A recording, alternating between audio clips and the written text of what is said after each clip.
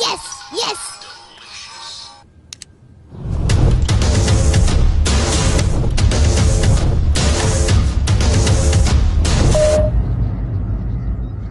नानी नानी रे, ए नानी नानी रे नानी। का रे का ह? मामा फिर से पैसा निकालने वाले। फिर से पैसा निकलले बा? कता ना? कुछ ना 10,500। हे भगवान, ये तो लड़का बुझात बर्बादे करके छोड़ी है। यस, केकर मैसेज आ गई। मामा के नानी नानी अब की बार 8,000। हे भगवान, अब तो कुछ सोच ही के पड़ी। केकर मैसेज आ गई।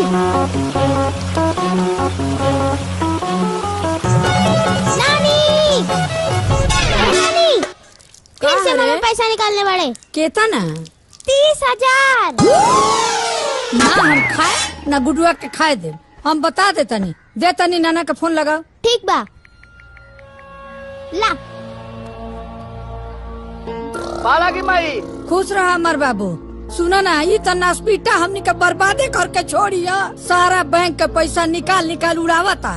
तू कबले आई बा? माई चिंता मत कर, रिटायर हो गल हई। 2 दिन में रुपया पैसा लेके पहुँचतनी। ए बाबू, लागता कि हमनी के दीवाला निकाल के पूरा अनर है का रे?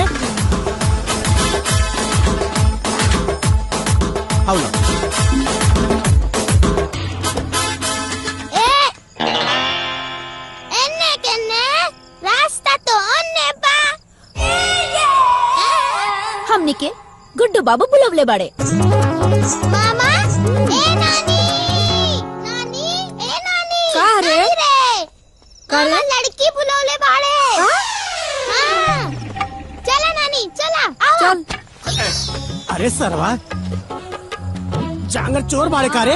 खाना नहीं की खा। 2 दिन देखल बाकी रहला। का हे भगवान। चल चल चल, हाई पकड़ पकड़। चला नानी। अच्छा का रे? ऊ तो बलेला बढ़ ही बा। हाँ। आ तोहनी का तो ओकरो से बलेला बड़ा सन। भाग यहाँ से, भाग, भाग, दादी। भाग यहाँ से, भाग, भाग यहाँ से, भाग ना तो। आज हमार लाश गिरी आ चाहे जेल जाए, बाकी तोहरो लोग उनके सुधार के छोड़ा। भाग, भाग, भाग यहाँ से, ठोकने के भाग, भाग, भाग।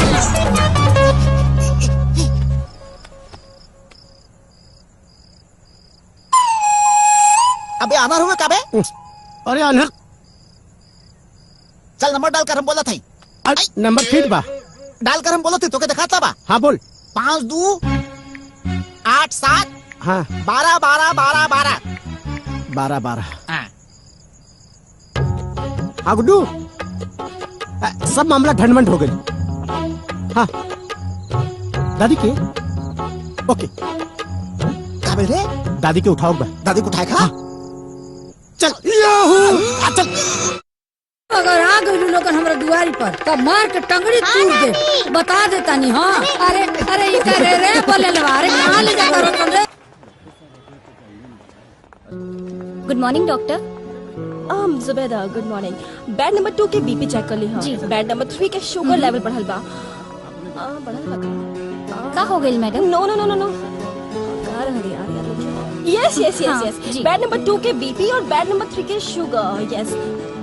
और लेडी वार्ड में फूल कुमारी की विशेष केयर करे बा। ठीक बा? प्रसव भइल बा। जी जी मैडम। और प्रसव भइल बा। नो नो नो नो नो, फूल कुमारी तो मां बने वाला बड़ी है। जी हाँ जी मैडम। ओफो मैडम, मैडम वो पेशेंट के ऑपरेशन। ओह जी बिल्कुल। मिलते नहीं ऑपरेशन वार्ड में। जी मैडम। जी आओ जल्दी। जी आओ तनी।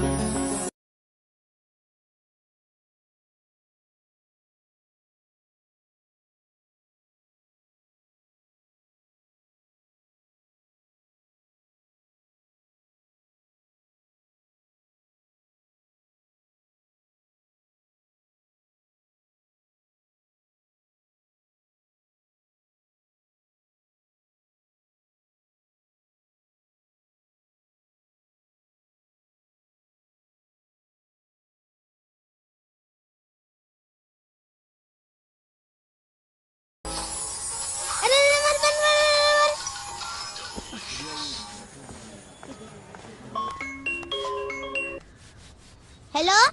ए एंटीबायोटिक नानी की बीपी चेक भइल की ना? हाँ काले चेक भइल रहे। काले चेक होई विटामिन। अच्छा ए इडियट, ये बतावा हमारे मल्टीविटामिन किसन बाड़े के मामा? हाँ पैर जमीन पर है, सर आसमान पर है। आपका मल्टीविटामिन अपने निवास स्थान पर है। अच्छा तब तो आज ही बीपी चेक होई। क्या रे? हेलो केकर खबरी बनल बड़े? हेलो। केकर खबरी बनल बड़े? क्या हुआ कि तोहरा के का लेवे देवे के बा? अच्छा। बोला बोला। वगैरह ना रहती तो बता देती कि कितना लेवे देवे के बा। बुझा गईल? ए नानी तोर बीपी चेक करे डॉक्टर आई नावत बाड़ी। हाँ?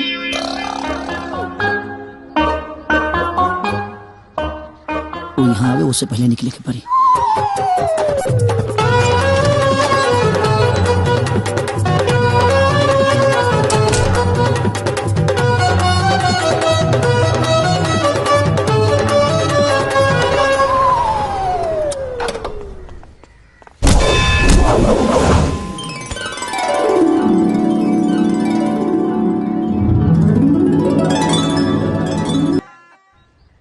क्या जी आप तो छा गए, बिना कुछ किए ही गोद में आ गए। तेरे पीछे पागल हूँ जालिम, जाने कितने साल महीने से। अब तो पत्थर न बन जालिम, सटा ले यूं ही सीने से। देखो पेट नहीं भरता है लव के टॉनिक पीने से। छोड़ो बदबू आ रहा है तेरे पसीने से। लगा तो लव की टॉनिक देहे की पड़ी।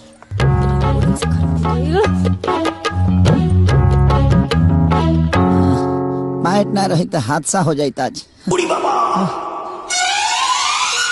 ए बबुनी, हमरो गुडुआ अगर मेडिकल के पढ़ाई छोड़ के बीच में ना भागल होई तू तो वो तोहरे ऐसन डॉक्टर होइत।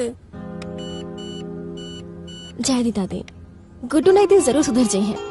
अब का जाने तहरा ओकरा में ऐसन कौन गुण मिलेला, ये हमरा समझ में ना आवेला। वैसे दादी गुड्डू गैलन कहाँ? हाँ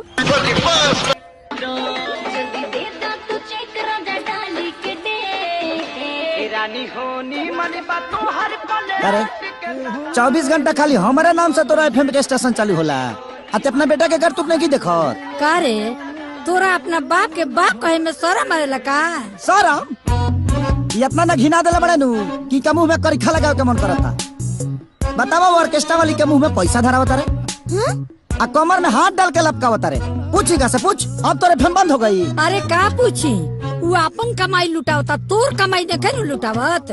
हैला तनी मक्खन खा ल, ताकत होई। हाँ ला अभी कहाँ ताकत पाएगा। और ये फाट जी है मक्खन खा के, बुझा गई। अब तक ना पूछबे कि कहे ऑर्केस्ट्रा में जाके हिलावता रे। अब हम इनका से ना पूछब, अब हम तोरा से पूछब। रे झुंझुनुआ तनी खाता बहिले होता ले आवे एकरा के सुनाओ। रुपया ध्यान दे। बाबूजी ध्यान दे देब नु तहिया त दुनिया में ना रहबे। अरे बुझा गई। अरे रुक जा। गुड्डू बाबू द्वारा एक हफ्ते में बर्बाद की गई राशि 2,16,000 मात्र है। अरे मत मार रे एकरा के, मत मार। अरे मत मार रे, हाथ कापी। सब रखबे हमार। अरे कुकुर, अरे तू भोगिना के ऊपर हाथ छोड़ दे रे, तोर हाथ कापी रे। देखो बात बताओ, देखो सुधर बे। तोरा नजर में न तो पैसा का कोनो कीमत हो, न तो समय के। दिन भर अपना हमारा यार दोस्तन के साथ टक टक टक घूमत रहा, नाचत रहा। सुधर जो। तोरा से बात करता नहीं, सत्यनारायण बाबा का कथा नहीं के सुनावत। बेटा हमार बदकिस्मती रहे कि उचित इलाज के अभाव में तुम्हार माई मर गई।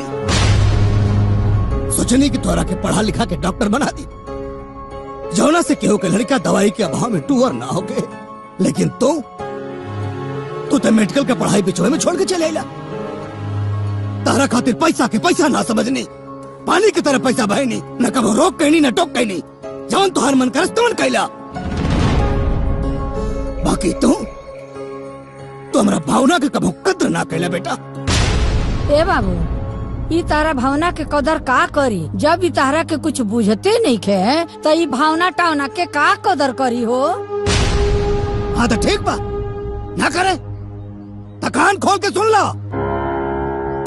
अब इन जमीन जायदाद रुपया पैसा घर द्वार कुल तोहार बा, लेकिन बाकी खातिर हमरा सोचे के पड़ी। हाँ सोचे के पड़ी। हाँ सोचे के पड़ी। तो का करब? हमरा के घर से निकाल देब? ना ना। हाँ तो ये नु करब कि रुपया पैसा ना देब खर्चा खातिर? ना ना वो कोनो बात ना। तो का करब? ब्याह करो। हाँ, सुनो तारा काला से हम बियाह ना करब, ठीक बा? ऐसे के हमारा भी खेले खाए के उम्र बा, आ यही उम्र में गाला के फांसी ना लगाब हम तहरा कहला से। है बेटा। हाँ गलत फहमी में मत जिया। हाँ। हम तोहरा ब्याह के बात नहीं के करो, तब अपना ब्याह के बात करता नहीं। बाबूजी हाँ बियाह करब? हम करब। सुना तारू, अब एफएम चालू ना होई चालू। शहर में कुछ रखले बड़का? वही सोच लो। हाँ हाँ ए धरती फाटा ना हम ढूकी हो। हई देख लो, तू कह तारू ना और हई मलिदा खियावा, मलिदा फाट जे कहियो मलिदा खा के बियाह करिए। दिमाग हमार खराब नहीं क्या भाई, इनकर खराब भइल बा, इनकर। घी चलो खा के फाट जा। अरे चल फाट जा। बाबूजी बताएं भैया। तनी लेटेस्ट मोबाइल दिखाओ भाई। ये है भैया लेटेस्ट मोबाइल।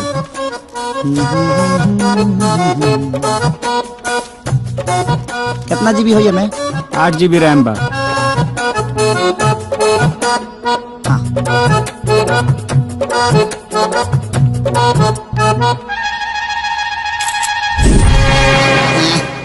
कैमरा बड़ा मस्त बा भैया। पैसो मस्ते होई। सही कहा था हुआ। कितना दाम बा भाई एकर? 29,600 रुपया भैया। 29,600। कोनो बड़का भारी बात नहीं के ना। ला हई कार्ड ले ला। पिन नंबर डालिए।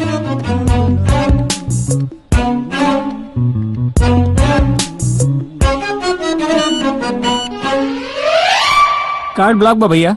हाँ ब्लॉक बा? Card block? एक मिनट होगा।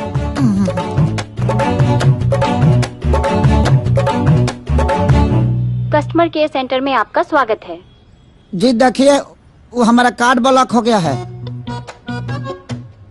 आप अपना नाम बताइए प्लीज। जी गुड्डू। गुड्डू? जी जी जी लेकिन इसमें तो राम प्रसाद लिखा हुआ है। जी हम उनके बेटे हैं, सपुत्र। सर कार्ड तो उनके नाम पर है, उन्होंने कार्ड ब्लॉक कर दिया है। कैसे ब्लॉक कर देंगे? कार्ड तो मेरे पास है, आप कैसे ब्लॉक कर देंगे इसको? देखिए गाड़ी किसी की हो लेकिन सवारी तो हम ही करते हैं ना। हम उनके बेटे हैं, वो हमारे बाप हैं। I am sorry sir, card जिसके नाम पर होता है वो उसे ब्लॉक कर सकते हैं। सर इसमें हम कुछ नहीं कर सकते। कैसे हो सकता है?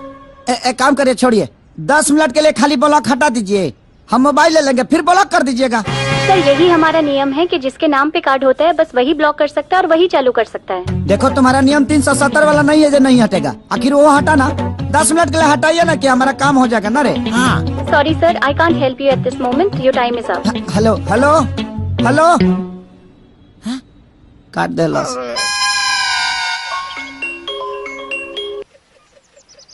हेलो। झुनझुनुआ हाँ मामा। तनी बाबी से बात कराओ तो। अभी बिजी बाड़े। तो का करत रहे बीजी बड़े? का करत रहे रे? नाना अपन बियाह तय कर बाड़े।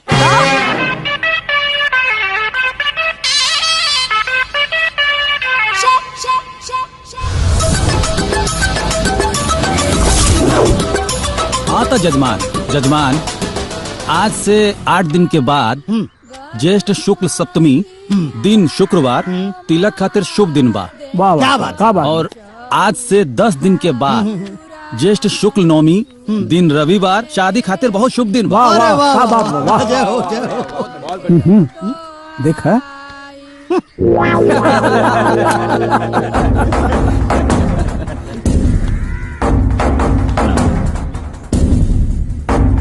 बाबूजी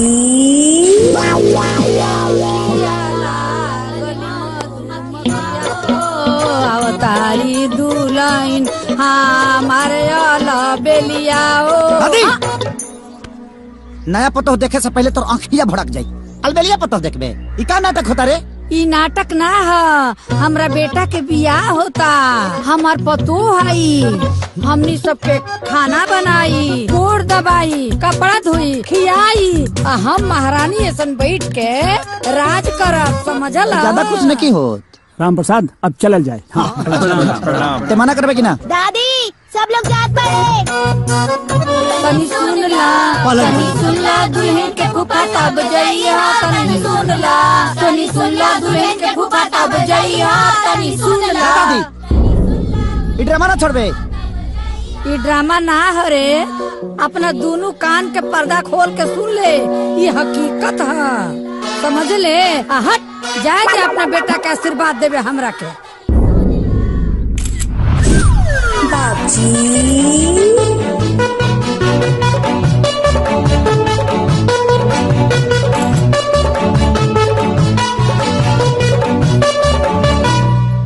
अरे बाप रे, बाबूजी, ये लड़की शादी। कमेंट करे तनी। Congratulations, happy marriage life। Guddu के पापा।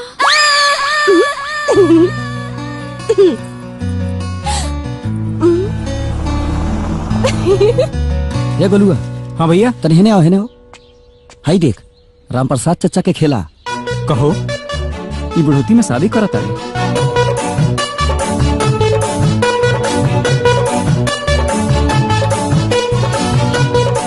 हे पंडित जी ई देखा।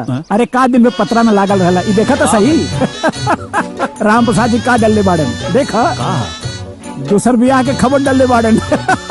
इहो बुढ़ारी में सठिया गइल बाड़े। जायदा का गुड्डू सुना तानी तार बाबूजी बियाह करत बड़े का? का सुन ले बड़े? अब जौन सुन ले बानी उहे बतावत बानी।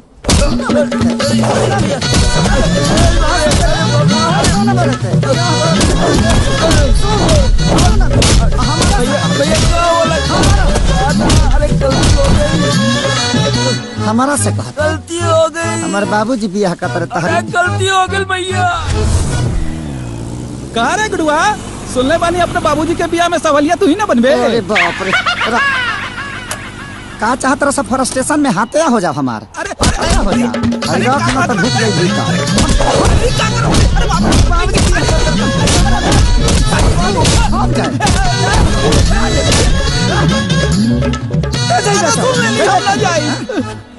हम सुन ली है। मर्डर हो जाई, मर्डर। सुन ली है, गाँव में सुन ली है। गाँव छोड़ के भागे पर मजबूर करत। अरे बाप रे, अरे बाप रे। अरे खोस दी पलाक देवरा बाटे बड़ा चीटर, लगवा दी राजा जी हमारा लहंगा में। अरे गुड्डू बाबू, अरे मालिक के बियाहवा में बफर बाकी जनरल हो। आपके 2-3 जने के रसगुल्ला खिया क्या होता? कहाँ बफर जनरल नहीं। हाँ। पतल घींच बा, और जब तक ले तोरा के घींचे ना तले पूरा ना हो। पतल घींच खाई दे, खा ले। अब तक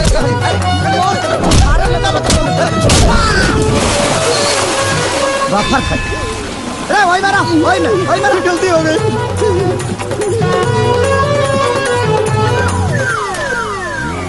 अरे का भाई कुछ गलत बोल देनी का हो?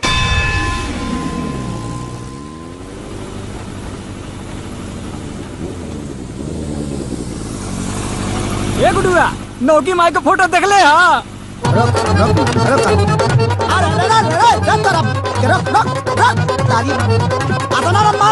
फाट जाई। साफा दिमाग खराब हो गई बा हमार। दिमाग खराब कर ले बरसा हमार। धनाजी तो देख लेती है के मिनट में। गाँव भर पागल करके धैले बड़ा सा। आवतानी बुढ़ौरो का, आवतानी। धराजो खाली। अरे गुड्डू, अरे यार अभी जस्ट फेसबुक पे ना पापा के फोटो देखनी है नौकी मम्मी के साथ। अरे यार तो लाइक भी कहीं नहीं, कमेंट भी कहीं नहीं कि हैप्पी मैरिज लाइफ, और शेयर भी कहीं नहीं। अच्छा शेयर कर देलो। हाँ। और कोनो काम नहीं है? उ तो पगलाइए गेल बड़े, तारो दिमाग खराब बा। अरे रे शांत हो जा। हम तेरे तो पूछता नहीं क्यों नहीं सच में बा कि फेक बा। सच बा कि फेक बा? शेयर के लगे बात पूछा तारू। पूछा तो नहीं तो बता दो सच ना। बा। सच बा? अरे यार बात तो सच बा लेकिन ठीक बा हमके ए बात की तकलीफ बा ना कि तार बुढ़ऊ बाप जन बाने ना तार शक्ल देख के लगा था कि बहुत अत्याचार के लिए बाड़े। अरे जिकरे घर में जवान बेटा बा ओकर बुढ़ऊ बाप बियाह कैसे कर सकेला? ए जुल्म के ऊपर ना तोरा के एक ठो सोशल मीडिया पे आवाज उठावे के चाहिए। हम तोरा साथे बानी चला।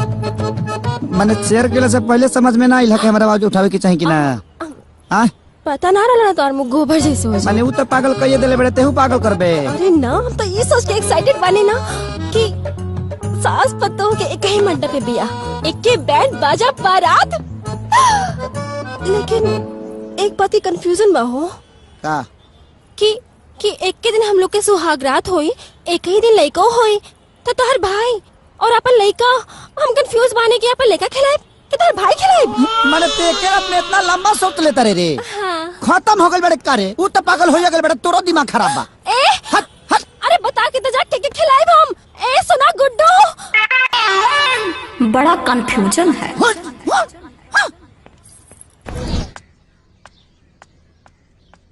माई खाना वाना बन गइल बा? हाँ बबुआ खाना बन गइल तनी ले आओ, भूख लागल बा बहुत तेज। ठीक बा तनी ले। बहुत तेज भूख लागल बाटे। अच्छा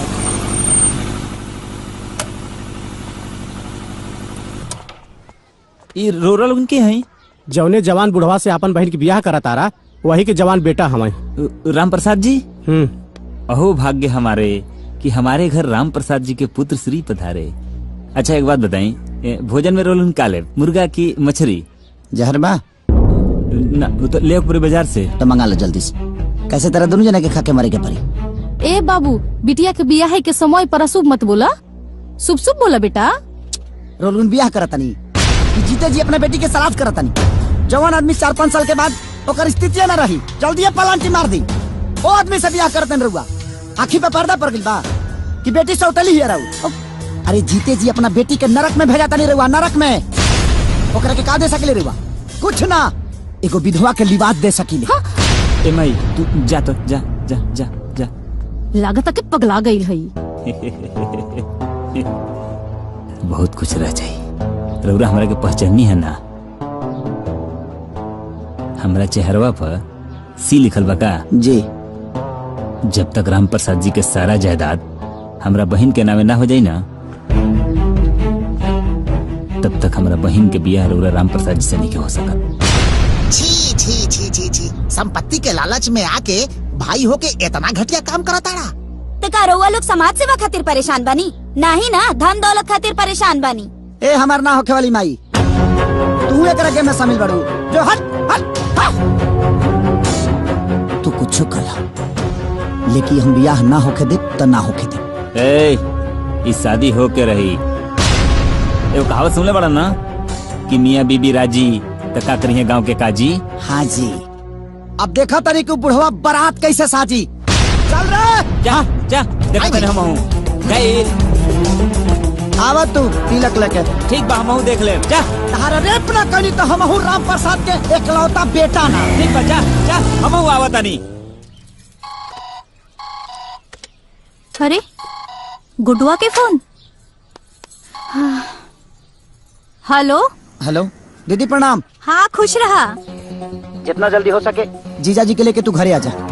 का बात बा? का भाई? बाबूजी बियाह करता रे। पतो उतारे के उम्र में मेहरारू उतारत बाड़े, बुढ़ौती में बुढ़घाउस धैले बा। हमार हाल बानी बेटा। ठीक बा फुआ प्रणाम। रिक्शा वाले का पैसा दी और हमरा पीछे जल्दी से आ जाई। रुकी मत। बियाह होता आई जे। हाँ। सुन एकरा में तोरा जवन जवन पसंद होखे सब रख ले। हाँ माई हमारा तो कुल पसंद आवता। तो सब रख ले। अरे पाहुन प्रणाम। अरे का नमस्ते करा तारा? भैया तू माँ बेटा मिल के खानदान के इज्जत मिटा के मनवा लोगन। हाँ अरे जा लोगन, तू लोगन दूर से आइल बाड़ू लोगन, आराम कर लोगन, चाय पानी कर लोगन, फिर बाद में बात करिए लोगन। हाँ ते तो मत बोल माई। बूढ़ पुरनिया होके नीमन रास्ता दिखावे के चाहिए ते तो उल्टा साड़ी पसंद करत अरे। का हो राम प्रसाद भाई, ई उम्र में तो के कौन सा शौक चढ़ गई बा? बाबूजी, रउआ ए उम्र में बिया करब तो कितना बदनामी हुई। अरे एगो बेटा बा, रउआ ओकरा बारे में नहीं सोचत। तोहार ई करनी से ना ओकरे माथे पे मोरियो ना चढ़ी। ये फैसला बदल दे बाबूजी। फैसला बदल दी ना, फैसला बदले के पड़ी बाबूजी। हाँ भैया, ना तो हमनी के जेल धिक्कार है। चुप, सब लोग चुप। चाहे बेटे हो खाए और चाहे बहन, हमरा अपना काम में दखलंदाजी पसंद रह के इसे मुखिया ही अपना ससुराली में दिखाया लोगन। ब्याह के बाद यहाँ कोनो अधिकार नहीं के, इज्जत से ही वालों को इज्जत मिली। आज जब कपाट पे चढ़ तो जमीन पे गिराव पे देर ना लगी। बुझाइल?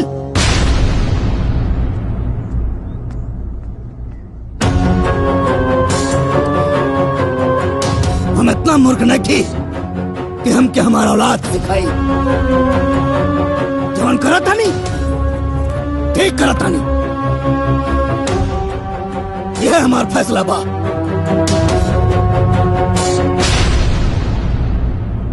Hello hello mic testing. Hello. ना कभी धोखा दिया, ना कभी गुनाह किया, ना कभी धोखा दिया, ना कभी गुनाह किया। कलयुगी बाप ने बेटे को तबाह किया। अभी तक के दृश्यों से साफ पता चला है कि वो बाप नहीं पाप है। हाँ न तो का मुंह लटका के काहे बैठल बड़ा यार। अकेले अन्ना हजारे पूरे देश के समझा सकेले तो एगो बाप के ना समझा सकेला। समझा के हार गनी, कोनो फायदा नहीं है। तो तुम्हारी पेंशन कह दी। आंसर नहीं के लेना, तब हमके कोनो खाई के पूछते नहीं के। अगर का दनी ना तो कनिका और मौका मिल जाये। तब बाप विरोधी वैली निकाल दी।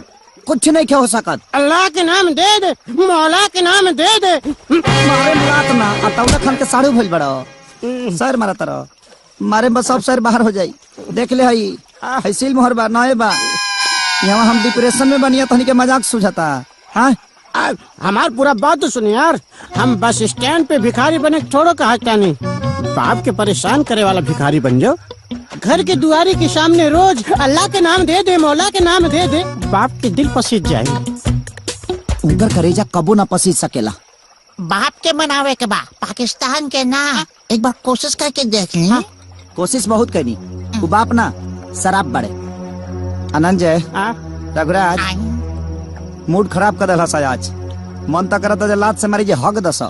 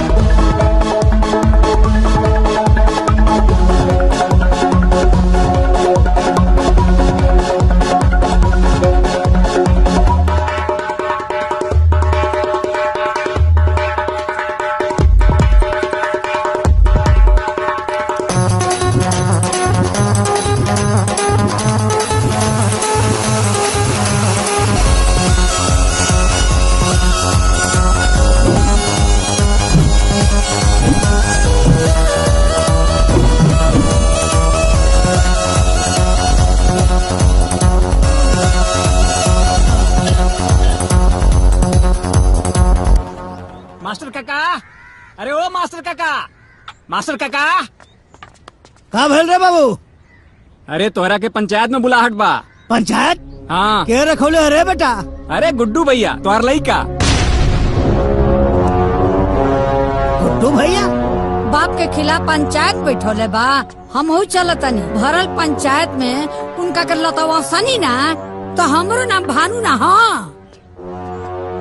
माई तक है परेशान होता रे। हाँ हम मानी नू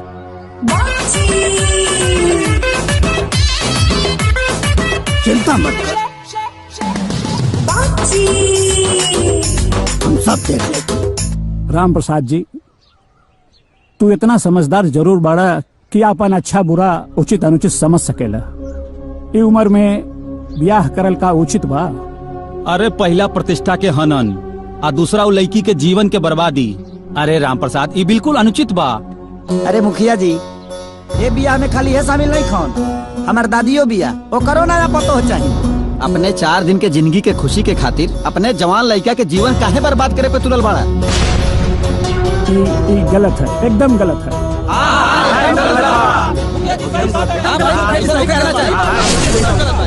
काहे गलत है? मुखिया जी, कौना वेद शास्त्र में लिखल हो कि आदमी अपन जिंदगी अपना हिसाब से ना जी सकेला? बोला। लेकिन अपना उम्र के भी तो ख्याल रखे के चाहिए ना। अब मुखिया जी पंच के बीच में का बताई? अकेले मिलबा तो सब बात बता दे। और हाली पंचायती के बात तो भाई उम्र में हम ब्याह काहे ना कर सकीला? ब्याह के कोनो उम्र होला का? ही करे तो रासलीला, हम करी तो करेक्टर ढीला। जौन पंच बोलौले बड़ा गुड्डू बाबू, ये हमार बेटा ना हुए, ये हमार बाप हुए, बाप। इनसे बड़ा नकारा हमारा खानदान में क्यों ना भइला आज तक? इनके डॉक्टर बनावे खातिर भेजले रहनी, बीच में छोड़ के चले आइले। पूरे पैसा के सत्यानाशी। इनके पैसा दा देखा हीरो बन के घूमत हमें। जूता कपड़ा सब चाहिए इनके। एटीएम मशीन में से कुल पैसा खाली हो गई। हीरो बन के घूमत हमारा लत्ता बिन बा तू। तुहारू करम बा कि एक दिन तू नकारा बन के घूमबा। ये बेगैरत इंसान हवे। देखा हमारा ही पंचायती मंजूर न की। ये काम चोर आदमी जवन मन तमन करे, हम ब्याह करब तो करब। सुन ले लो भाषा निकार। हम कद चोर हैं, हम नकारा हैं, हम निकम्मा हैं, हम हैं या रह हमार बटवा दिलो। अच्छा क्या दूर खरीद ले बड़ा? क्या दूर खरीद ले बड़े? ले दे कि तो पुरखा पुरनियन के को घर बा 5 कट्ठा के बांट ले ले एक हिस्सा हुई में। अब बाकी रहल अपन धान जौन अर्जित कैले बानी नू, और मन एक चवन्नी ना मिली तोरा, एक चवन्नी। ए हेलो, ए एहसान के हमके कोनो जरूरत नहीं है। जहाँ तक लेबे के सवाल बा तो से ले हम ना छीन ले, लेकिन एकर फैसला आप कोर्ट करे। अरे गुड्डू, ए बेटा कहाँ जात बा? जा कोर्ट में। एमे कौन बड़का बात बा? ऐसन ऐसन केस में तो हम रोज डिग्री करावे नहीं भाई। वकील साहब, मतलब गुड्डू के केस में डिग्री मिल जाई? अरे पहल के सुनवाई में हम डिग्री रउआ के हाथ में दे के भेजो। वकील साहब 1 मिनट। अगर हुआ इतना कैपेबल बनी तारा नाम कमीना प्रसाद। कमीना हाँ माने राउर नाम कमीना प्रसाद काहे पड़ल? अब देख, रावण बहुत बड़ा ज्ञानी रहे तो लोग ओकरा के राक्षस काहे कहत रहे। फिर वैसे ही वकील के जात थोड़ा बदनाम बा। वैसे हमार नाम कमला प्रसाद बा। अच्छा, ई पुकार के नाम कमीना हो ना भाई? कमीना हमार ब्रांड हो गई बा। आओ ना कुछ खायल पियल जाओ नेचर के हिसाब से। अरे रउआ लोग चिंता जिन करी महाराज। एक बार जब हम केस ले लेवे नी तो समझ लो हमार हाथ से वो केस कहूँ जाई ना। जीत के ही दम लेवा तनी। 6 गो समोसा पार्सल करो। अच्छा देखा भाई, हम तहार पेपर पूरा बनवा देले बनी जी। ठीक बा, तहनी लोग एगो प्रूफ लेके आ जा जेमे तहार नाम और तहार बाबूजी के नाम राम प्रसाद लिखल हो। बस ठीक बा? आधार कार्ड चली? अरे दौड़ी भाई दौड़ी। काहे के प्रूफ के मामला में आधार कार्ड सबके बाप कार्ड होला। अनु हो गईल। चलो चलो चलो। और देखा स्टाम्प पेपर लेवे के बा और रजिस्ट्रार के पैसा देवे के बा और हमार फीस भी बा। तो निकाला तब तक। हाँ लाओ। बात ऐसा बना कि बाबूजी हमारे एटीएम ब्लॉक करा दिले बड़े। जैसे कुछ व्यवस्था होता हम लिया के दे देब रुआ के। ऐसा मामला बा? हाँ। ओ तय काम करी, कानून से चले के पड़ेला सब कुछ ना। ऐजा दस्तखत कर दी। एमे लिखल बा कि हम अभी राउर काम आगे बढ़ावा तनी, पैसा बाद में रउआ लोग हमरा के दे दे। अटेस्टेड न करवावे के पड़ेला हर कुछ। ऐजा साइन कर दी। लो लो हाँ लाओ।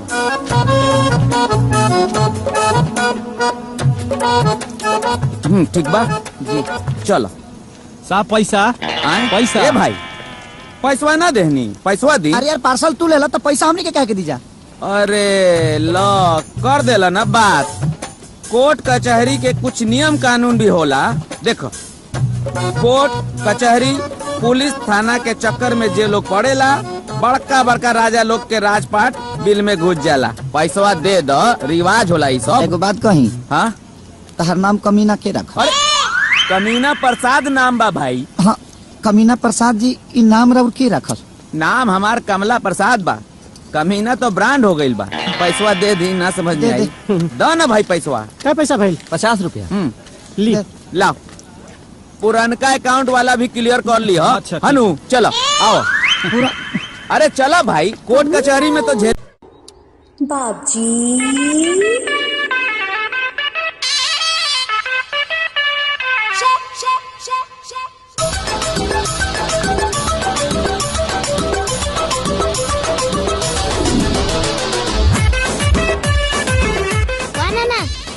एकदम मस्त लगाता। हैंडसम लगाता नहीं बेटा? हाँ बहुत हैंडसम। अरे तेरा नाना हैंडसम है ही है। क्या होता? वाह नाना वाह। ओ तहे बुढ़ाओ के डेंटिंग पेंटिंग होता है। बुढ़ा किसको बोला जी? आई एम नॉट बुढ़ा। बुढ़ा होगा तेरा दद्दू। I am Ram Prasad. हाँ जी। नाचवा में का कहला सानन जे? हाँ तो गौर करिए। सीमेंट बालू से कभी मकान नहीं होता, बिना सीमेंट बालू के कभी मकान नहीं होता, और काली कितना भी पोत ले कोई बुढ़ा कभी जवान नहीं होता। हमने के पुरानिया लोग कहला कि जवान जवानी में कल जाला तो बुढ़ापा में भोगे के पड़ेला। और जवान बुढ़ापा में कल जाला जवानी में भोगे के पड़ेला। बुढ़ापा में से जवानी में केंगा जाई रे? उनकर वाला गोलियां ते खतरी मारे नीचे से निकल जाई बुझाई।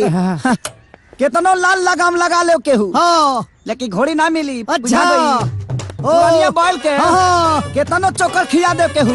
अच्छा ज्यादा ना जोती।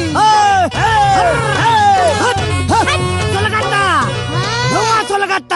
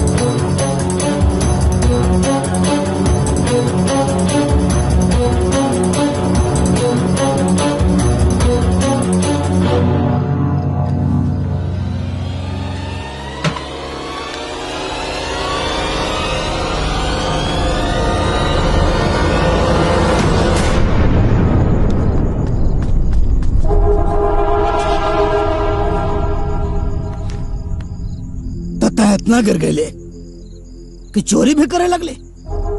कच बहुत देखा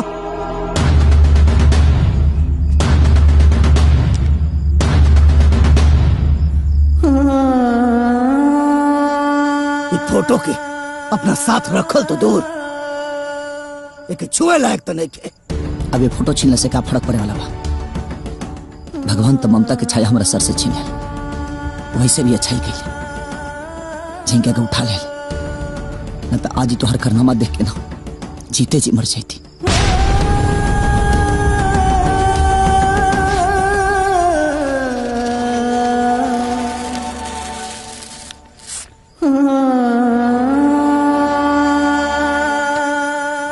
ऐसे भी ये फोटो की जरूरत तो हो क्या अब नहीं की।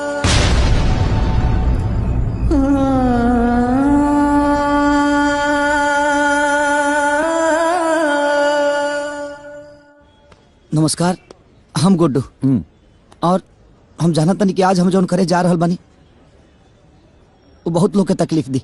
मैम। हाँ लेकिन एगो जवान बेटा का कर सकेला? एक गुड्डू हमरे के जिए ना दी। जब बुढ़ापा में बाप के नियत खराब हो जाए, बाप सब सम्मान के पानी में दबा दी, तो एगो बेटा का कर सकेला? ये दुख के घड़ी में हमारा अपन केहू साथे नहीं, अगर केहू साथे बा तो कानून बा, और कानून के कुछ लोग बा जैसे कि हमारा बड़ भाई की तरह कमीना प्रसाद। हाँ, कमीना प्रसाद जी। यही के सहारे हम आज कोर्ट में आयल बनी, अपना हक के लड़ाई लड़े खाती, अपन हिस्सा लेवे खाती। हम जानता नहीं कि थोड़ा सा ही दुख बा हमरा खाती। अगर ये उम्र में बाप ऐसे खरी तो एगो बेटा पका गुजरत हुई, वो लोग सब समझतो कब। मुखिया जी तनी हाई देख ली, गुडवा अपने बाप के खिलाफ कोर्ट में केस करे जा रहा बा, और कमीना प्रसाद जी हमरा साथे बनी। पंडित जी कलयुग है, कलयुग, कुछ भी हो सकेला। हाँ बेटा। मामा तोरा पे केस करे बाड़े। नानी केस कैले बा? नानी, मामा नाना पे केस कैले बाड़े। हाँ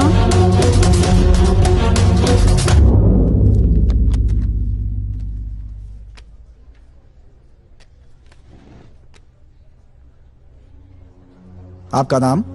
हजूर गुड्डू कुमार। मामला क्या है? मेरे पिताजी संपत्ति से बेदखल करने के लिए बुढ़ापे में शादी कर रहे हैं, और मेरे साथ साथ एक लड़की की भी जिंदगी बर्बाद कर रहे हैं। हजूर, मैं चाहता हूं मुझे इस अदालत से न्याय मिले। आपके पिताजी का नाम? श्री राम प्रसाद।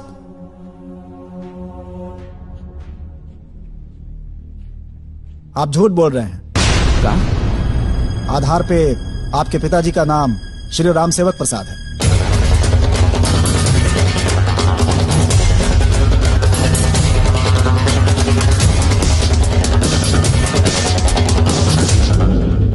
मिलॉर्ड, हमारे मुवक्किल के पिताजी का नाम राम प्रसाद ही है।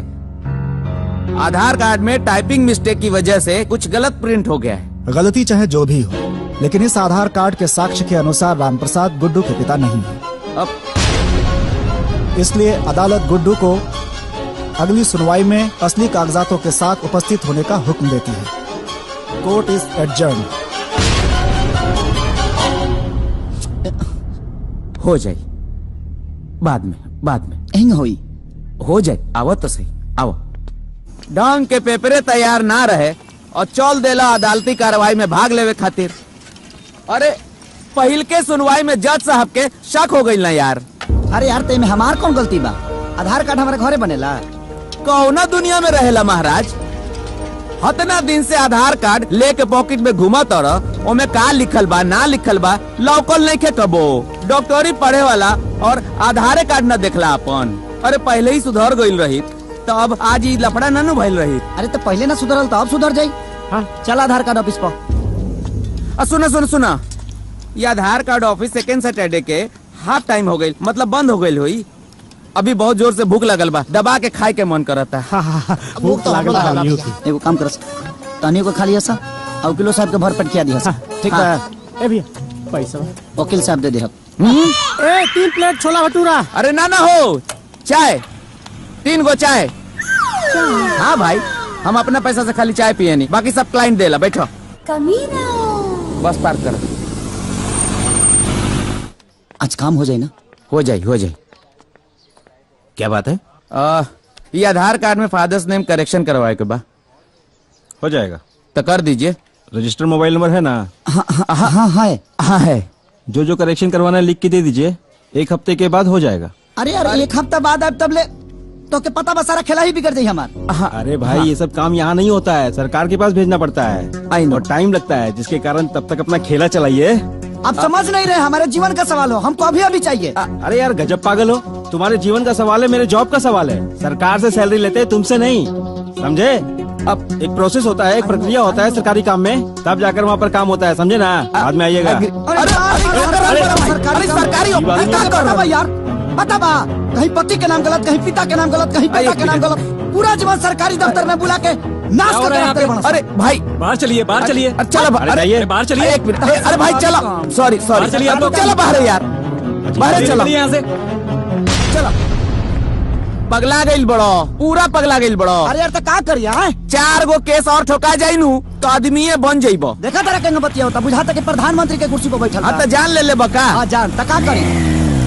चलो चलो 2 गो चाय दी। तहार शरीर के खून में जे ढेर उबाल मारा तनु ओकरा के थोड़ा कंट्रोल में राखल करा। अरे आधार कार्ड नहीं खे त राशन कार्ड बा, स्कूल के सर्टिफिकेट होई, बैंक के कागजात बा, अरे वोटर आईडी कार्डो बा। इस सब में से कोनो एगो कार्ड हमरा के चाहिए जो सरकारी होखे। जल्दी से जा घरे और लेके आवत जा। हमारा आधार कार्ड चली। वाह, आज दिन में पहिलका बेर बढ़िया काम कैले बड़ो। तोरा आधार कार्ड पर हमरा बाबूजी के नाम बा? हमार बा। तो कैसे चली? अरे भाई, एक दिन में एके गो अच्छा काम कइल जाला। दूसरा काम आधार कार्ड। एक काम कर, तू जल्दी से जा कटवा लेके आवा। सरकारी होके के चाहिए बस। एटीएम कार्ड चली।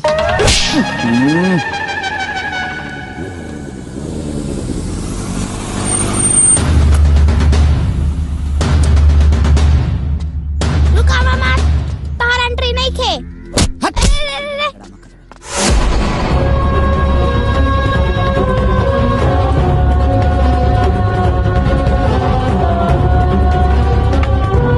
जाना तरे दुनिया में 2 तरह के औलाद होला। एक सुपुत्र जे अपना माई बाप के तीर्थ प्रयाग ले जाला, आ एगो तोरा ऐसन कुपुत्र जे अपना माई बाप के कोर्ट कचहरी घुमावेला। समझ ले? खबरदार जो ये घर में घुसले, तोरा ऐसन कुपुत्र के हमरा घर में कोनो जगह नहीं के। चल बाहर निकल। हमके माफ कर दे दादी, हमसे बहुत बड़ी भूल हो गई दादी। हमके बहुत पछतावा दादी, बहुत पछतावा। ये सोच ले है ना, गुडुआ आई तोरा गोड़ पगिरी, गिड़गिड़ाई, माफी मांगी तो सॉरी, ऐसा कुछ ना होई। आज ले नहीं गुडुआ के बर्दाश्त कैले बा और ना ही करी। हमहू राम प्रसाद के बेटा हई। तो जरा बुढ़ारी में इतना पावर बा तो सोच हम तक जवान बानी। अब जब तक ले कोर्ट के फैसला ना भाई तब तक ले दरवाजा पर पैर ना रखब। हमार बात दे। बांट दा। ये घर हमारा कमाई से बनल बा। घर तोहरा कमाई से बनल होई, लेकिन दुआर पुश्तैनी हो ना, एमे हमार हिस्सा बाकी ना। यही महल के सामने है ना पनाली गिरा आ खूंटा गाड़ के रहा। ठीक बा, हमारा कोनो एतराज नहीं। ठीक बा। ए नंजय, ए रघुराज, ए गांव के लोग है नहीं, सबे आवो। हाँ बोलो। फैसला हो के ही रही। सुन ले आई गुडुआ अपने बाप की तरह बेईमान ना हो। रउआ लोग जाओ ना कोना में देव, ओ कोना में हम पलानी गिरा के रह जाए। बस रउआ लोग ईमानदारी से हमार बांट दी। चुप। हमरा जीते जी हमरा घर के बंटवारा दूसर क्यों काहे करे? जब ते चाहते बड़े तो हम खुद करब बंटवारा, खुद। ले चोरऊ, तोरा बंटवारा चाहिए ले, हम कह देता नहीं। ले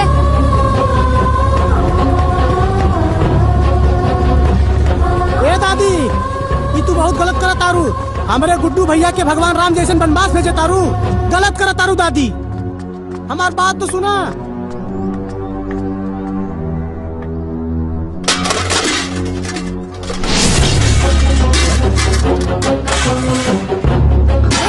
ले ले हई बर्तन ले। लग चाहिए। भाग रे रघुराज। कोना ले ले और चाहिए ले, और ले बर्तन ले, इहो ले जो। ले हई कुकर है, इहो ले जो। ले हई थाली है।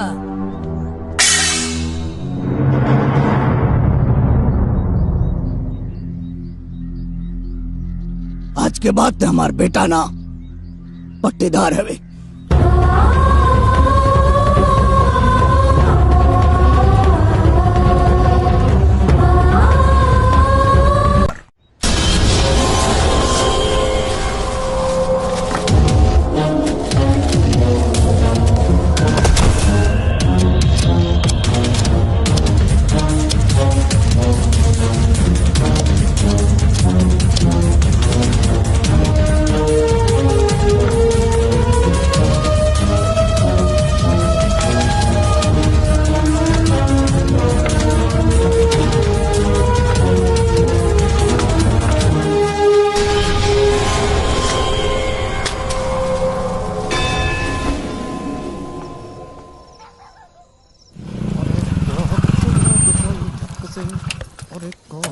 गुडुआ ते ई सब का करत अड़े? अरे रह के तोरा दिमाग पे भूत सवार हो जाला। ते बाबूजी से दुश्मनी ठंडले बाड़े? हाँ? और तू लोग अपने भाई के बिगड़ने पड़ा। तू लोग निकल यहाँ से। आज तो तू लोग के खाना बनाओ है, हाँ? चूल्हा जलाओ है। यहाँ मत तुम्हारा यहाँ। दीदी ये तो ठीक नहीं करत। अच्छा हम ठीक नहीं करत और ते ठीक करत आड़े। अरे पूरी दुनिया तोरा पे थूकी, कभी सोच ले बाड़े? गुड्डू, टीवी, अखबार, फेसबुक, व्हाट्सएप सब जगह तोहरे ही खबर चलेला। बाबू, समाज में परिवार के बड़ा बदनामी होला। अच्छा तक खाली हमारे दोस्त बका है ना तो हर दोस्त ना बा। तू चल हमरा संगे, बाबूजी से चल के माफी मांग ले। हम बाबूजी के समझाई, सब बाबूजी समझिए। चल ना भाई, चल ना। बात अब बहुत आगे बढ़ गई बा दीदी। अरे कुछ नहीं के बढ़ल, काल सब ठीक हो जाए। तू बस चल के बाबूजी से एक बार माफी मांग ले भाई। चल, हाँ चल। ये संभव नहीं। अगर ते आज हमार बात ना मान लेना गुडुआ, तो हमने ये घर में कदम ना रखब, बुझले? दीदी लड़ाई तो अब ठान गई बा। अब केहू हमारा साथे रहे आ चाहे ना रहे, हमके कोनो फर्क पड़े के नहीं खे। और हाँ, एगो जवान बेटा के रहते हुए एगो बूढ़ बाप ए उम्र में बियाह करी तो कौनो बेटा कैसे बर्दाश्त करी? अब तक कानून हमारा साथे बा, हमहू दिखा दे। ई तो कानून के बात करे लगल। ठीक बा अगर तोहार यह मन बन गई हो तो अब हम ही घर में ना आए गुडुआ। हम जाते हैं यहाँ से। आज हमार भाई हमार ना भाई, हम जाता नहीं। अभी घर में कबो कदम ना रखा।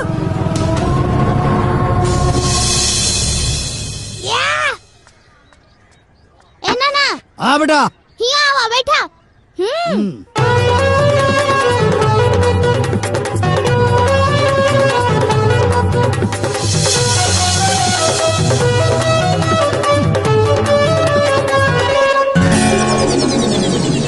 माई। हाँ बाबू। कहाँ गए रहले हरे? अरे गई रहनी है, शगुन उठावे के बा, गीत गावे के बा, हल्दी कूटे के बा, लड्डू बाने के बा, बड़ी काम बा। मेहरा लोग को बुलावे गई रहनी है। माई कुल धोती साड़ी आ गई की ना? आ गए। सही वाला कपड़वा? हाँ सब। जेवर कुल बन गई बाबू। हमार शेरवानी आयल की ना रे माई? अरे आ गई बाबू। अब मर्सिडीज गाड़ी बुक हो गई हमारा खातिर। सब तैयारी बा एकदम। माई तैयारी बढ़िया होके के चाहिए, कहे से कि दुल्हा बन के जाई ना। हाँ और पूरा जवार देखो। चल अंदर। जी मालिक। कार्ड कहाँ बटाइल? अब आज से शुरुआत करे जाता नहीं मालिक। क्षेत्र जवार में क्यों घर बचा के ना चाहिए? जी। सुन, कार्ड की शुरुआत सबसे पहले अपना सबसे खास आदमी के द्वारा करी है। जी मालिक। जो बाकी तैयारी माई बढ़िया होके के चाहिए। हाँ तू निश्चिंत रह। हाँ, छेना वना कुल मंगा ले, मिठाई उठाई, रसगुल्ला, चमचम, जवार खा के मस्त हो जाए, समझ ले। तो बढ़िया मिठाई होके के चाहिए। सबसे खास आदमी शुरुआत करे के होखी गुड्डू बाबू से। मालिक के खास आदमी रउआ से बढ़ के तो केहू ना बा। तो हम सोचनी है कि बरम बाबा से पहले रउआ से ही शुरुआत करी। ई ली अपन बाबूजी के कार्ड।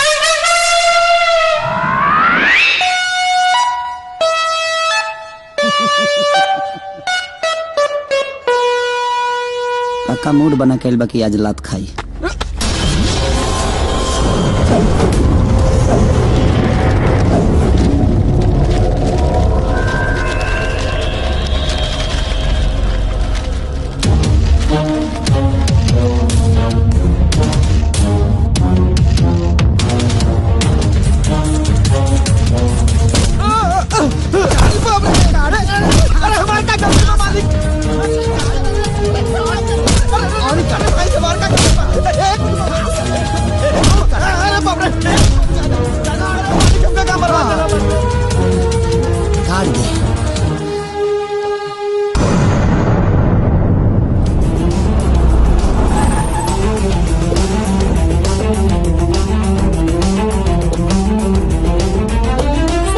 आपके पिताजी शादी कर रहे हैं, इस पर आपको क्या कहना है?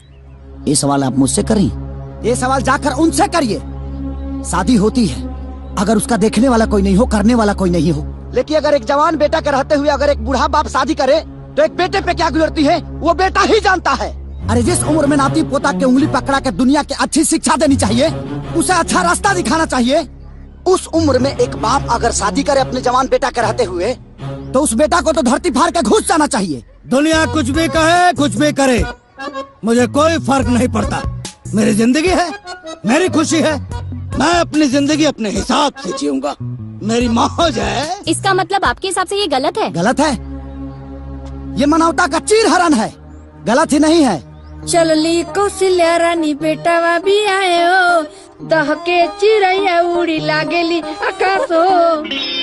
देखिए, ये अपने आप में एक बहुत ही अनूठा केस है। एक बाप को साबित करना है कि ये मेरा बेटा नहीं है, अब बेटा को साबित करना है कि यही मेरे पिताजी हैं। लेकिन हम आपको आश्वस्त करते हैं कि न्याय प्रक्रिया में हमारा पूरा विश्वास है। मैं अपने मुवक्किल गुड्डू कुमार जी को न्याय दिलवा कर ही रहूंगा। थोड़ा सा इंतजार कर लीजिए, कोर्ट की कार्रवाई अभी चल रही है। ठीक है, धन्यवाद।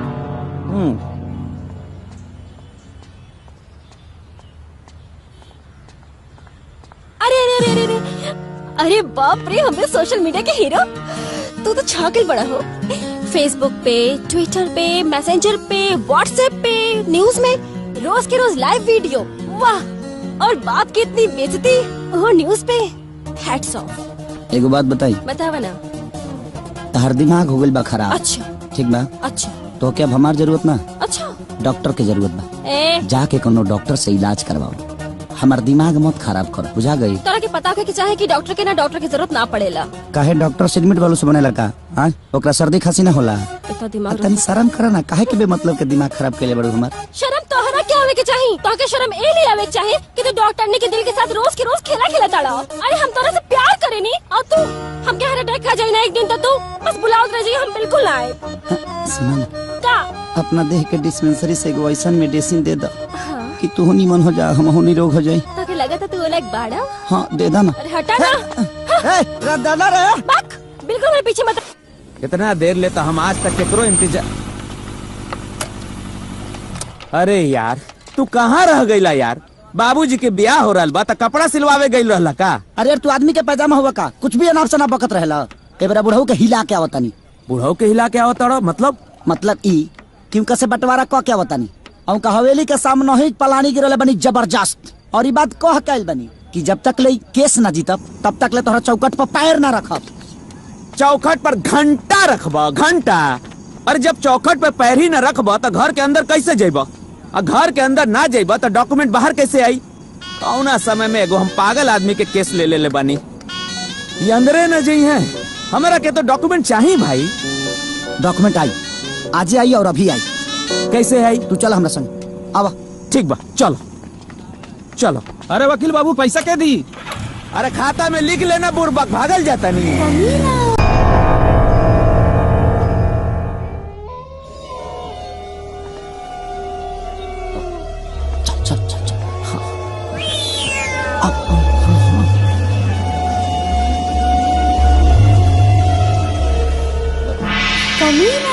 हमरा के कहाँ लेके जात पड़ा यार? अरे यार, कमीना प्रसाद जी। अच्छा ही बताओ, हम अकेले आईती कोई गो कागज लेके जाती, वो असली हो कि नकली हो हमके कैसे पता चली? अब तू साथे आई बड़ा, कौन असली बा कौन नकली बा पता तो कर लेबो। वकील तो तारा होके के चाहत। गलती से तू हो गया। हाँ। अब अपन नाल अपना मुंह में डाला। का डाली? अरे यार, मांस डालो। हाँ।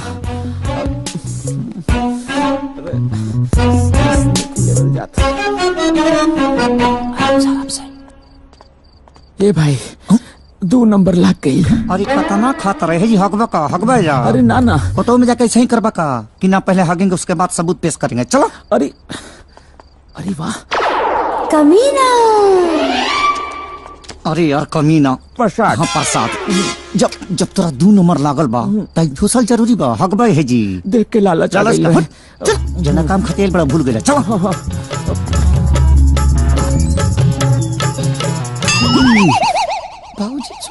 हाँ हाँ, बुझाता बाबूजी निकल गईले। शुभ शुभ बोलो हमरा बाबूजी, हम मारे में हक देबो। सांस लेके चलो। सांस खींचे ले, वैसा ही वो का करेले। चलो चलो काम कर। अच्छा अच्छा। हाँ ये में तो दूध के हिसाब लिखल बा। आओ देखो दोसर। हाँ हाय ना, एमे तो उधारी खाता लिखल बा। सिरहन के देखा ना। ए भाई चेक कर ले कि बाबूजी जिंदा बाड़े कि ना। अरे चल ना रे, छोड़ी रख ले यहाँ डाल दी है। चलो ना ना ना, चल चल चल चल।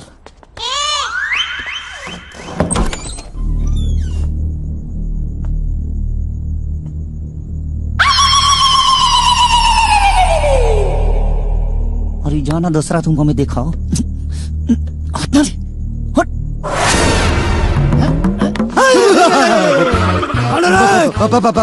भूत भूत क्या चाहिए? सबूत ना भाई। धनजन बाहर निकल।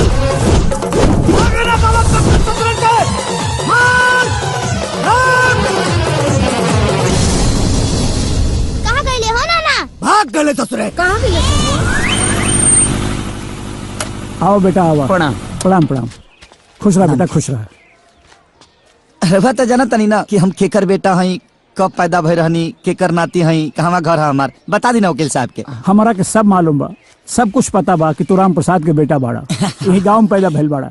लेकिन बाबू हम कुछ लिख के ना दे, काहे से कि जब तक तू अपने पिताजी के ना लेके आई बा हम कुछ लिख के ना दे। पंडित जी पंडित जी पंडित जी पंडित जी प्रणाम।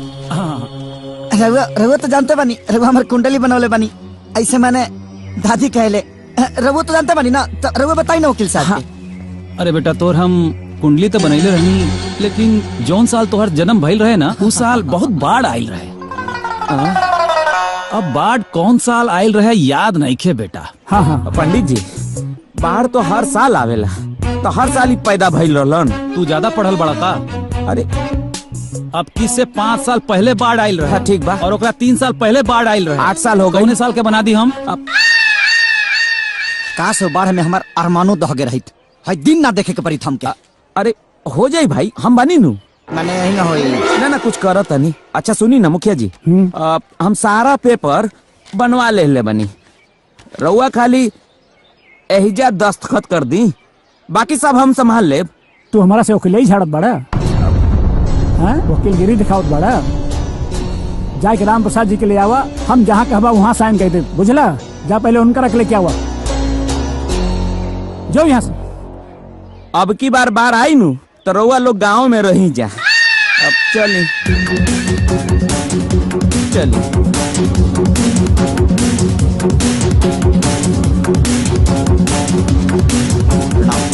हाँ खुश रह खुश रह। प्रणाम। खुश रह।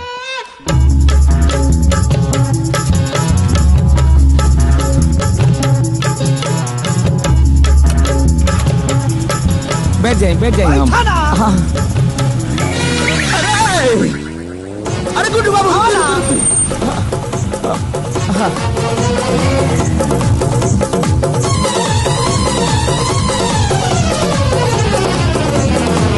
सॉरी सर, आपके पिताजी के परमिशन के बिना हम कोई भी डॉक्यूमेंट्स आपको नहीं दे सकते हैं।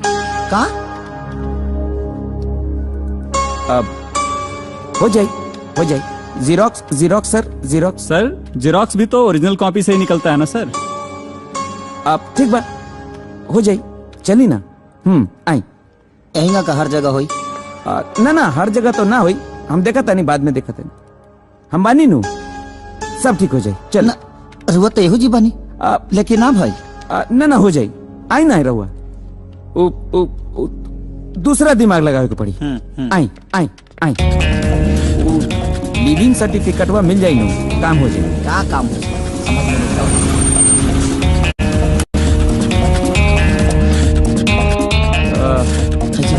हाँ। क्या बात है? हमको सर्टिफिकेट चाहिए। कॉलेज बंद है, अभी सर्टिफिकेट नहीं मिलेगा। 20 दिन के बाद आना। 20 दिन के बाद? हाँ तो कॉलेज है 20 दिन के बाद? अरे तो पागल। अरे भाई कहाँ जाता है? क्या करता रहा भाई? क्या करता नहीं? अरे कॉलेज 20 दिन के बाद आना। अरे रुका भाई। अरे भाई ठीक बा भाई, 20 दिन के बाद बोला था, कॉलेज बंद बा। अरे भाई तू जा। जहाँ जाता है सब बंद रहता यार। तू चला यार, चला। सब हमारा बाबूजी के करनी है। अरे फोन करके सब ड्रामा कैले बड़े। अरे यार कॉलेज बादों में आई बता, सर्टिफिकेट ना मिली। अरे तू रुका, तू जा ना भाई, तू जा ना यार, चला ना भाई। कॉलेज बंद। अरे तू जा ना भाई। हाँ कॉलेज तू चला यार। हम जल्दी जाई 15 तक पढ़बे ना करती हम। अरे आधार कार्ड वाला काम होई नु। ओहो अब का कल जाओ कमीना। देखी गुड्डू जी, हमार नाम कमीना ना बा, हम बार बार कहतनी। हमार नाम कमीना प्रसाद बा। उ तो हम झेल रहल बानी काहे कि तहरा से हमरा के फीस लेवे के बा। ठीक बा कमीना प्रसाद, लेकिन अब का कल जाओ। अरे अब का कल जाओ ना कल जाओ हम का जानता नहीं भाई। हमरा के हमार फीस दे दे बस। अरे यार हम गांव छोड़ के भागता नहीं का, ऐसे काहे बात करता रहा। ए गुड्डू जी, धंधा में दोस्ती ठीक ना होला। घोड़ा घास से दोस्ती कर ली तो खाई का बताई। देखा भाई, हमारे अकाउंट सब फ्रीज हो गइल बा। जैसे कोनो व्यवस्था होता सबसे पहले तो होके ही पैसा दे हम। एकर मतलब ये भइल कि 6 महीना ले अगर तहरा लगे पैसा ना आई तो 6 महीना हमरो पैसा ना मिली। अरे बच्चा लोग के फीस भरे के बा भाई, किराया देवे के बा। चाय वाला के 700 रुपया बा। अब देखे ला ऐसे जैसे 7000 हो गइल बा। अरे यार तलाई का हमरे से पूछ के पैदा कलेर लगा तू। ए देखा गुड्डू जी, ये ज्यादा हो गई। एक तो रउआ हमरा के फीस नहीं के देवत, ऊपर से हमरा खानदान के बारे में बात करत नहीं। खानदान पे ना जाई, हमरा के फीस दे दी बस। अरे यार तू तो हमार सर खा जेबे यार तू। अनंजय रघुराज। हाँ एने आवा। अनंजय रघुराज पैसा दी, फिर तो हमरा के मिल गई फीस। 10,000 रुपया दे दे और 10,000 रुपया दे दे। 20,000 रुपया हमारे के 10 कि है वकीलवा के मुंह पर मारी आकर मुंह बंद करी। 10,000 10 रुपया जेब में है नहीं के 10,000 कहाँ से दे दी? कहीं से जुगाड़ कर बस तो मिल जाये ना तोहनी के। अच्छा तू तो पागल है हवा, हमनियो पागल है का? तोरे खातिर कर्जा मांगी? हमनी के पागल कुत्ता ना कटले बा। देख जब हमारे लगे पैसा रहे तो तानी के ऊपर लाख लाख रुपया खर्चा के ले बनी। तानी के ऊपर हर वक्त खर्चा के ले बनी, जोड़ कर ले बड़ा सा तवन दे ले बनी। आज हमारे खातिर 10,000 रुपया नहीं खर्चा दे सका। कहाँ से दे दी? कहाँ से दे दी? कहाँ से दे दी? तानी से अच्छा की दुश्मन का हम पाल ले रहती। ऐसान प्रमोद देखा बर्दाश्त नहीं के होत। अरे अभी क्या हो रहा है भाई? गुड्डू देख अरे पगला गई बड़ा। अरे भाई अब छोड़ दे भाई, बिल्कुल हवा सता नहीं। अरे भाई चुप रहा यार। पगला क्या होगा? गुड्डू अरे गुड्डू जी, ये सब करे के क्या जरूरत रहे? आज दुख के घड़ी में सब लोग हमारे साथ छोड़ दिया। दादी दीदी यहाँ तक लेके इतना अच्छा दोस्त भी हमारा साथ छोड़ देना सा।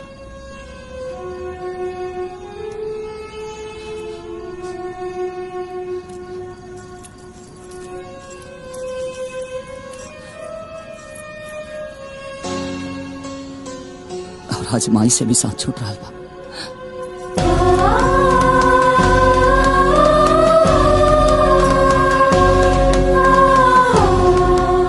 हमारे माई के देहर आखिरी निशानी है। एकरा के बेच के अरे वो अपन फीस ले ले। वो सब तो ठीक बा, लेकिन डॉक्यूमेंट्स भी लावे के पड़ी। जी ठीक बा।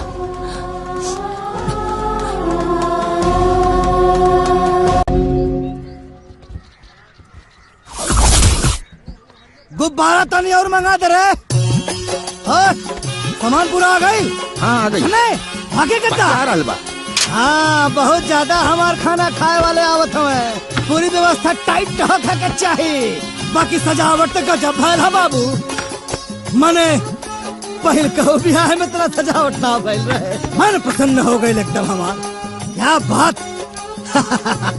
जान इधर आओ। बेटा माई से जाके कह दो कि गांव के जमन कुल मेहरारू आयल बानी नु। आगल बानी। तो गीत गाड़ी शुरू होखो। ठीक हो। बाकी प्रोग्राम शुरू होखो। ठीक है। आई बतावा हमके ब्यूटी पार्लर जाए के रहल हो। वो काहे खातिर नाना? मेकअप करावे खातिर। तो हमार गड़िया आयल की ना? फोन कइले बानी। अच्छा आवत होई। जा अंदर जा, तेरी माई के बोलता। जा जा जा ठीक जा। बाकी तैयारी तक जब्बा ले पा। अरे देखत ना रहा काम चोर कह के जल्दी जल्दी निकाला। ये झोला लोग हुआ का करता? अरे लाठी ला रे लाठी। अरे चाचा अरे ला मारा ये मारा के लिए। चाचा चाचा केकरा बोल रहे? अरे भैया भैया चाचा भैया चचा, भैया चचा, भैया चचा, हे बुड्ढा, चचा भैया, बुढ़वा जवान, बुढ़वा, अरे मालिक मरता कहा बुढ़वा जवान का होला रे? जवान बुढ़वा। हाय, मतलब आप जवान हो गए बाड़ी। पकड़, छोड़, तोहने यहाँ कैसे आइले ही बताओ। जे अपने हीरा जैसन जवान बाप के छोड़ सकेला, तू हमनी के काहे ना छोड़ सकेला। अभी तिलक बियाह छोड़ के वो पनौती संगे के रही। वाह, चला देर से सही अकल ते आइल। वैसे एगो कहावत बा, अगर सुबह का भूलल शाम के वापस आ जाओ तो करा के भूलल ना कहल जाला। काश ये बात केहू और के भी समझ में आ जात। बेटा काम पे लगा लोगन, काम पे लग जा लोगन। बहुत दिल कहरू लोग आवत हो। मिठाई खियावा के एकदम पूरा भंडारा। चला व्यवस्था करो, शाम के खियावा के सबके। हाँ चल अंदर। जी मालिक। तू क्या करत हो हमारा? कुछ ना मालिक, वही कलसा ढकनी दिया के चक्कर में गया रहनी, वह देख के आई नहीं। सब हो गए? हो गए होते को बात बतावा कि पूरा इलाका जवाहर में खाए खातिर न्योता देला लोगन के। मालिक हाथ देवे जाता नहीं। अरे तो जान न्योता दो जी। क्यों छूटे के ना चाहिए जी। कम से कम 5000 आदमी खाई है जी। ठीक बा। और सुनो जी, जे सबसे खास हो खाए नु ओके तनी पहले बोल दियो। ठीक बा मालिक। जो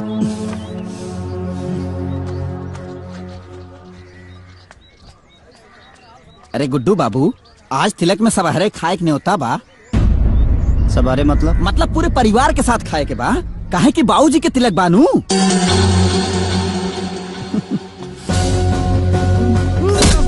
भैया अरे गुड्डू भैया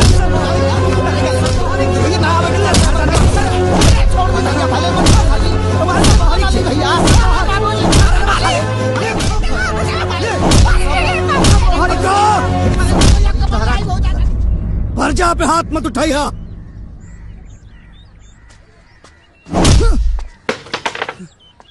लोग साथ छोड़ दे हलास।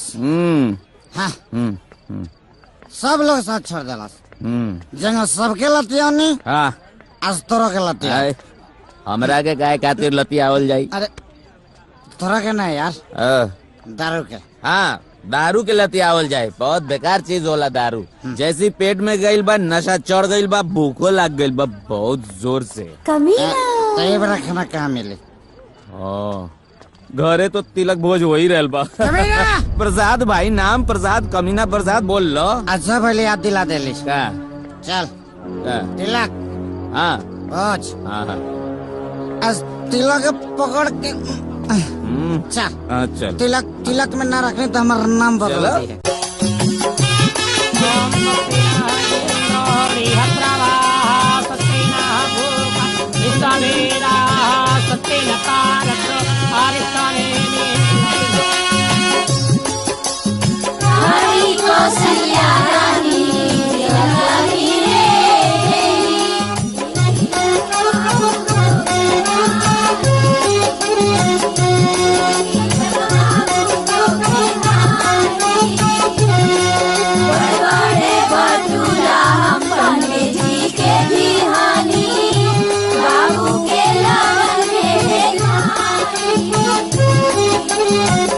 समझ में नहीं क्या समझ में नहीं के आवत भाई। ठीक है तेल बढ़ले बता फिर टुकरा के क्या होता नीचा। चलाए वाला ड्राइवर ठीक नहीं के ना। हक बतरा वकील बने के तभी तो। अरे बाप रे।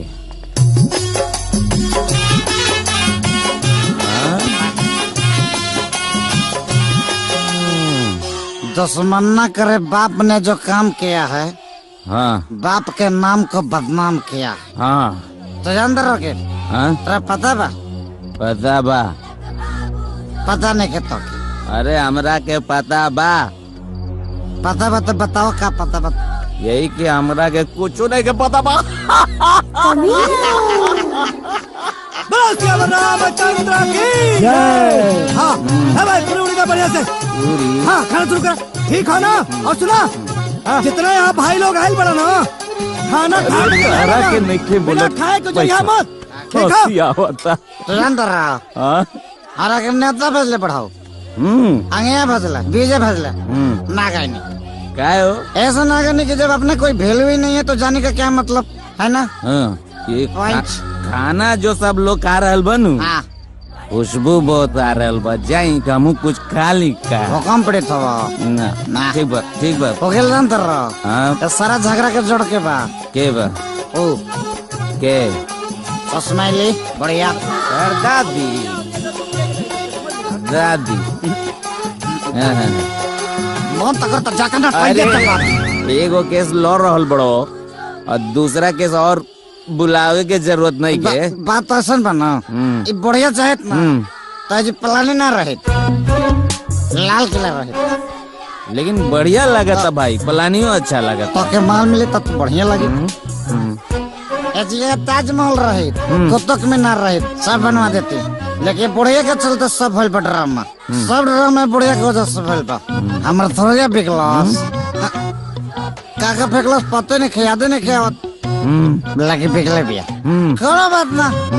लेकिन आज तिलक ना आज मन तिलक कर देता नहीं। अरे बैठ अरे काहे कहाँ आओ तुम देख के कौन कौन वैरायटी बना। अरे आप कुछ करे के जरूरत नहीं के गुड्डू बाबू। ए गुड्डू बाबू गुड्डू बाबू ए गुड्डू बाबू अरे रघुनाथ दुकान संभाल। अरे तू रह न तो फाड़ दी। काला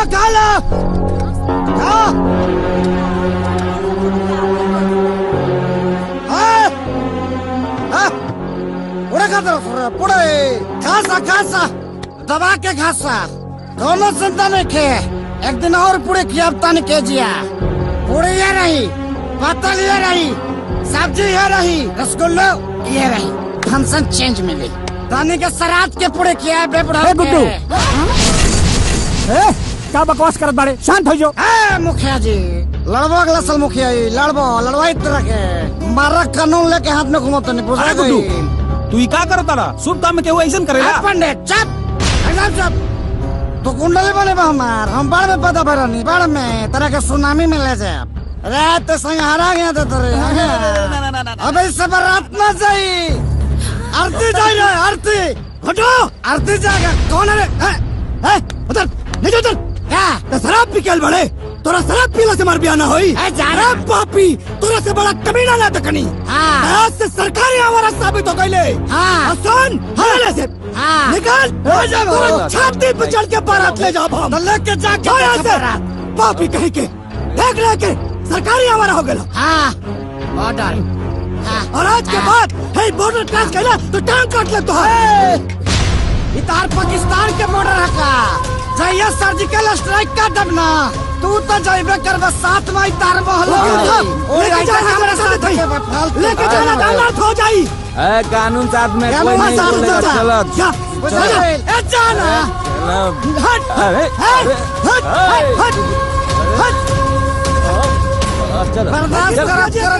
पागल बने। अरे बैठ जा बैठ जा। अरे तलाश का देवता है बात तना मन पे तोरा छाती पे चढ़ के बारात जाई तोरा छाती पे जाई छाती रोड है का हमार रोड है। अरे शांत रसगुल्ला रसगुल्ला रसगुल्ला रसगुल्ला खेबे हाँ खा ले जितना पैसा खर्चा कर बने सरन से सुलभ आनंद रघुराज ज्यादा बोला तारा तू बोला हाँ ज्यादा बोला तारा तू तू ज्यादा बोला तारा तू कानून के अरे मतलब गुड्डू बाबू इतना भक्तर बच गई देखा राजा हट गुड्डू बाबू चलो हट भैया अरे बाप रे भैया रुका गया अभी बर्बाद कर देंगे। अरे भाई तुम लोग समझते क्या रहे? अरे बैठ शादी करेगा बुढ़वाई शादी करेगा। ए भाई तू चला ए भाई तू चला ऐसे से तू चला तू चला यार। अरे जो कम नहीं गए। अरे भाई अरे अरे अरे पूरी अरे चलो चला यार। अरे चलो नहीं अभी बात ऐसा ना फरेबे ना करिए ऐसे। अरे हमार बात सुने पहले। क्या सुने? चिंता जिन कर जब कानून के कलम लिखला बंद कर देला नु वैसे से कमीना प्रसाद के दिमाग चलल शुरू हो जाला। हमारा दिमाग में एगो आइडिया आइल बा। फिलहाल तो ऐसा से चलो तू नाम बताओ तनी ना। ऐसे ना बोल रहे हैं। अरे चलो भाई।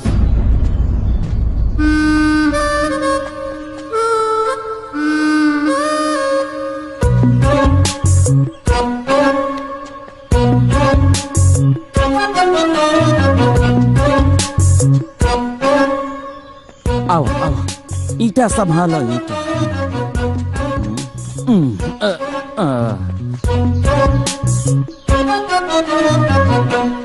हम शांति के प्रतीक हैं, ठीक है। अरे का करत यार, कोनो काम आराम से सीधा तरीके से ना हो सकेला। तो देखा तो का लिख लेबा कि हम शांति के प्रतीक हैं। काम करला शांति वाला शांति के प्रतीक लिख लेबा। तो ठीक है, ठीक है, ठीक है ना। ठीक है, चलो ना, ठीक है, चलो ना भाई। अरे रहे दो, रहे दो।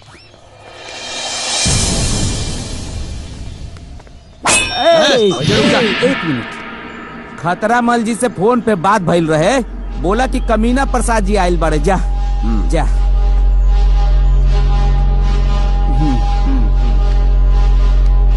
खतरा मल।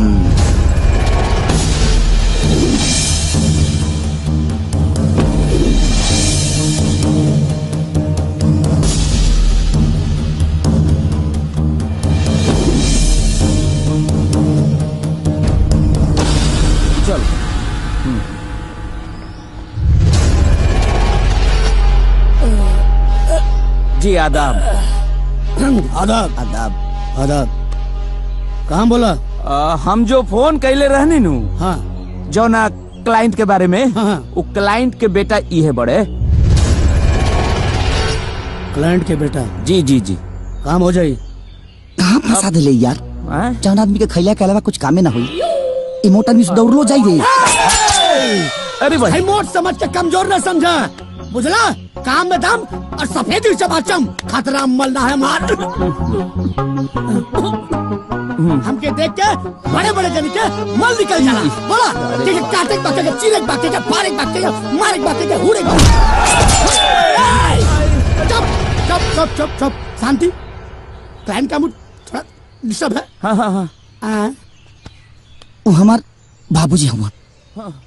तुहार बाबूजी? हाँ हाँ। अच्छा अच्छा, हाँ। तब सिर्फ गोली मारे बा? Sorry sorry. हाँ, फिर सॉरी बोल रहा, फिर सॉरी बोल रहा। तब हाँ, तब काटे कर दी। सॉरी सॉरी सॉरी सॉरी बोल रहा। आँख फोड़ दी।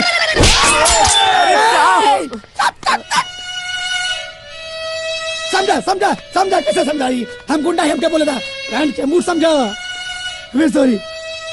कितना सॉरी बोले? न काटे के बा, न गोली मारे के बा, उनका के अपहरण करे के बा, वो इज्जत से। इज्जत से अपहरण? हाँ। मतलब गोड़ छुप के उठा के ले चल आवे बा? न पैर छुके, न माने इज्जत से जैसा अपहरण हो सके अपन देख ली। इज्जत से? हाँ। ना हो तो बोला हम कहीं और चल जाते हैं। हो जाए ना, हो जाए हो जाए। पैसा मालता? पैसा वकील साहब बताई ना। अरे वो जौना आदमी के किडनैप करे के बानू, हाँ, सारा माल तो उनकरे लगे बा। जैसे किडनैप हो जाइहन वैसे सारा माल मिल जाये। हम जितना, हाँ, जितना चाहे फीस में वो रख ली।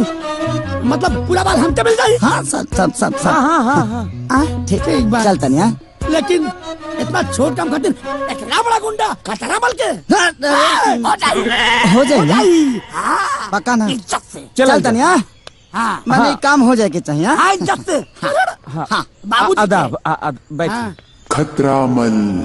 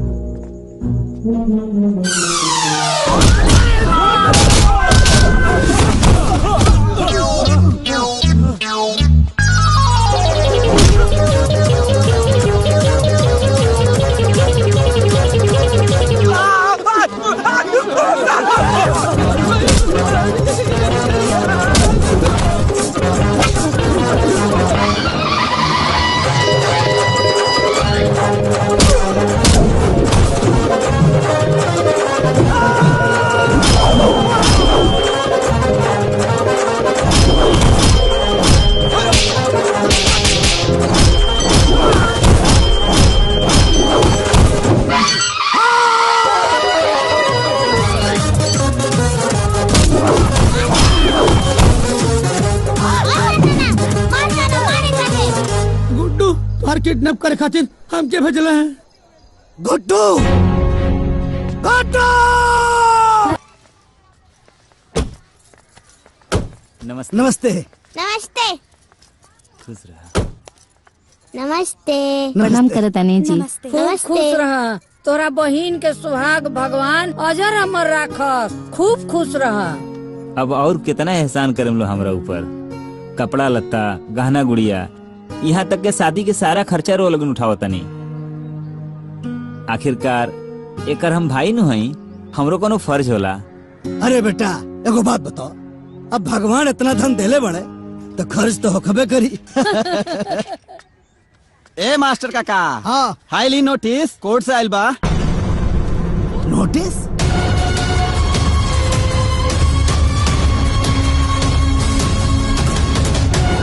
का हो देखा थे। वाह गुड्डू भजले बड़े। हे भगवान, ये औलाद भल की राक्षस। बताओ, हर शुभ काम में विघ्न डाल देता। तो चिंता मत कर माई, कुछ ना हो। राम प्रसाद हाजिर हो। अदालत की कार्रवाई शुरू की जाए। Thank you milord. हाँ तो राम प्रसाद जी, जी आपका कहना है कि गुड्डू जी आपके बेटे नहीं है। जी, लेकिन हमारे मुवक्किल गुड्डू जी का कहना है कि वे आपके ही बेटे हैं और आप दूसरी शादी करके उन्हें उनके अधिकार और उनके हक से वंचित रखने का साजिश रच रहे हैं। देखिए वकील साहब, जबरदस्ती दबाव डालकर किसी दूसरे के बेटे को आप मेरा बेटा साबित नहीं कर सकते। झूठ बोल रहे हैं आप। राम प्रसाद जी, आप झूठ बोल रहे हैं। क्या आपने अपने बेटे की परवरिश बचपन से लेकर आज तक नहीं की? बताइए, क्या आपने अपने बेटे का एडमिशन मेडिकल में नहीं करवाया? Objection your honour. मेरे फाजिल दोस्त मेरे मुवक्किल पर भावनात्मक दबाव डालने की कोशिश कर रहे हैं, ये उचित नहीं है। Objection sustained.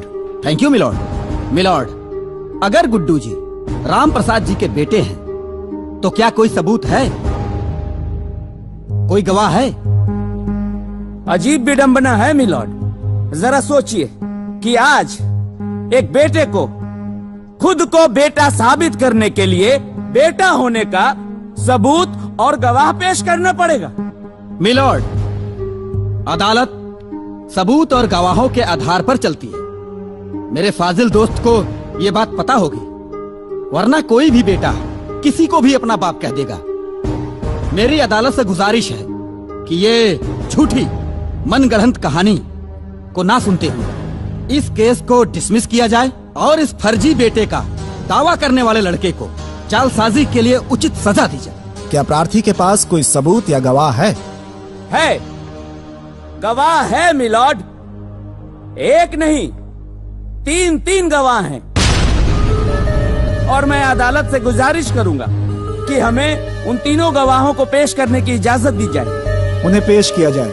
हमारे सबसे पहले गवाह हैं राम प्रसाद जी के गांव के ही सबसे बुजुर्ग व्यक्ति, गांव के मुखिया जी श्री ब्रिजेश त्रिपाठी जी।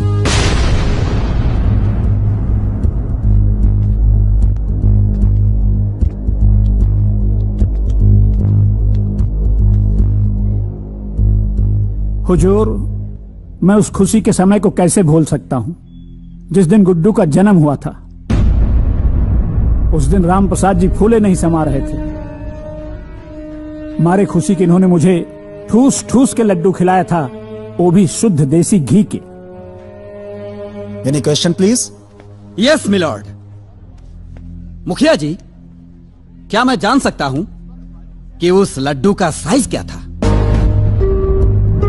हुजूर, माई बाप, मुझे क्या मालूम था कि उस लड्डू की साइज बताने के लिए मुझे यहाँ अदालत में आना पड़ेगा।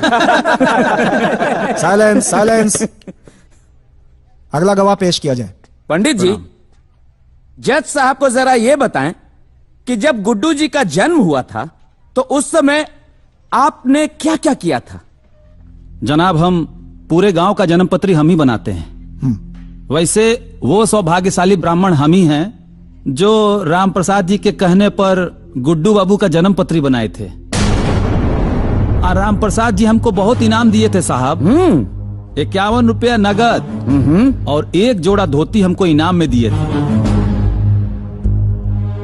और वो धोती साहब हम आज भी संभाल के रखे हुए हैं। बहुत ठीक है पंडित जी, उस धोती को हमेशा के लिए संभाल कर रखे। बहुत काम की धोती थी वो। अब आप जाइए। देखा मिलॉर्ड, जब गांव में कोई बच्चा पैदा होता है तो वहां दाई माँ का महत्वपूर्ण योगदान होता है। मिलॉर्ड, जब गुड्डू जी पैदा हुए थे तो वहां भी एक दाई माँ मौजूद थी। मैं उसी दाई माँ को इस अदालत में पेश करता हूँ। आइए। हाँ तो दाई माँ, जब गुड्डू जी का जन्म हुआ था तो क्या क्या हुआ था, जज साहब को बताइए। माई बाप, हम ही हई जे गुड्डू बबुआ के नार कट ले रही। और सरकार, हमरा वो दिन अच्छे से याद है जब नार के कटाई में राम प्रसाद जी हमरा के सोने के सिकड़ी दे ले रहलन, जौन आज भी हम पहिर ले बानी। सुरहो आना सच बा सरकार कि गुड्डू बबुआ राम प्रसाद जी के सुपुत्र बाड़े। अब आप जा सकते हैं।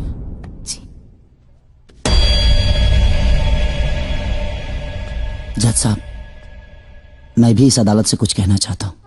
इजाजत है। जज साहब, जिस उम्र में इनको तीर्थ यात्रा करना चाहिए उस उम्र में शादी करके बाप बेटे के अटूट रिश्ते को कलंकित करना चाहते हैं, ये बदनाम करना चाहते हैं, ये ऑर्डर ऑर्डर पूरे समाज में हमें गिराना चाहते हैं। मैं कैसे बर्दाश्त करूं, कैसे करूं? शांति। एक बेटे पे क्या गुजर रही है मैं कैसे आपको बताऊं जज साहब? Order order. अपनी भावनाओं को कंट्रोल कीजिए। कैसे करूं? ये अदालत है और अदालत की एक मर्यादा होती है। इस केस का फैसला अदालत कल सुनाएगी। जज साहब, ऐसे मत करिए। कल शादी है इनकी, मैं बर्बाद हो जाऊंगा जज साहब, मैं बर्बाद हो जाऊंगा। प्लीज आज ही फैसला सुनाइए। कोर्ट तो शादी हो जाएगी इनकी जज साहब। यार सब ठीक हो जाए, सब तबाह हो जाए यार। अरे सब ठीक हो जाए। आई आई चलिए चलिए चलिए। अरे फैसला हमने के हक में आई ओकर चिंता। गुड्डू जी, केस की सुनवाई पूरी हो गई, अब निर्णय आना बाकी है। आपको क्या लग रहा है?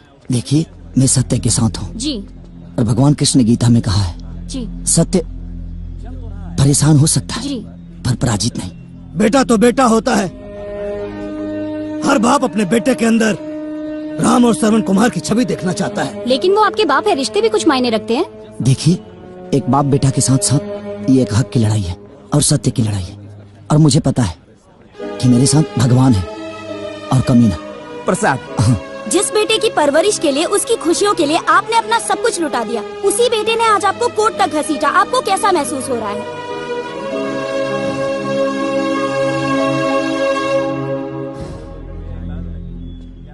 यह मुकदमा हिंदुस्तान के हर बेटों के लिए एक सबक साबित होगा। Thank you.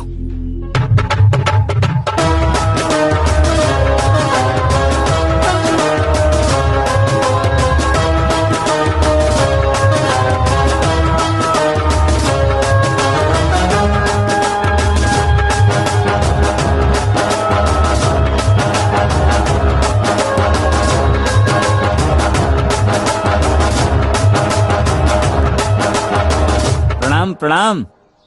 अरे ये बताएं कि बारात कब तक लेके आओ तनी? ए बाबू, एक बात रानी है कि अभी कहानी पर से पर्दा उठा लिया जाओ। का कहनी हा? एक बात रानी हो कि गुड्डुआ के सुधारे खातिर हमन लोगन जवानी नौटंकी कैले बनी जा, झूठ मूठ के बियाह वाला नौटंकी, ओकरा पर से पर्दा उठा ले जाओ बाबू। पर्दा हटा ले जाओ? हाँ। भरी पंचायत में ब्याह के डेट ऐलान करके, तिलक चढ़वा के, गांव समाज में सब जगह कार्ड न्योता बंट गईल। और रौरा एकरा के नाटक कहता नहीं? का कहता रहो? हाँ? अरे हमने के यह बात भैल रहे, अब तो जबरदस्ती बतिया होता रहा। का बात भई रहे का ना भई रहे हमरा कुछ मालूम नहीं खे, बुझाइल ना है? का बकत रे? अरे बेटा ये उम्र में हम अगर ब्याह करब तो समाज के काम दिखाए। अरे जवान बेटा के भविष्य सुधारे खातिर हम इतना बड़ा नौटंकी कहनी, वो बेटा के अपन मुंह कैसे दिखाएब? हम इतना पागल नहीं खी कि रौरा बेटा के सुधारे खातिर हम अपना बहन के इज्जत दाव पे लगा दी और ओकर जीवन बर्बाद कर दी। देख नादानी में तहु कुछ ना समझ पहले, गुड्डुआ के सुधारे के जिद में हम कुछ ना समझ पैनी, उल्टा पुल्टा फैसला ले लेनी, बात आगे बढ़त चल गई। ये उम्र में हम ब्याह करब, अपना खानदान का नाम मिट्टी में मिलाएब, लोग थूकी हमरा के गाड़ी दे। तो लोग तो पहले ही से थूका रौरा के ऊपर। आ खानदान के जहाँ तक बात करता नहीं तो खानदान में रहिए कागज रौरा लगे। अब बेटा के नजर में तो रौरा पहले ही गिर गई बानी। ए राम प्रसाद जी, अगर रौरा बारात लेके ना आई तो हम अपना बहन के डोली रौरा दरवाजे पे लेके आ जाये। रौरा सोच ली। सोच लेनी बेटा। बारात निकली। जो सबूत और गवाह अदालत में पेश किए गए हैं वो पर्याप्त नहीं है, जिससे यह साबित हो सके कि गुड्डू के पिता राम प्रसाद ही हैं। इसलिए यह अदालत। रुक जाइए जज साहब।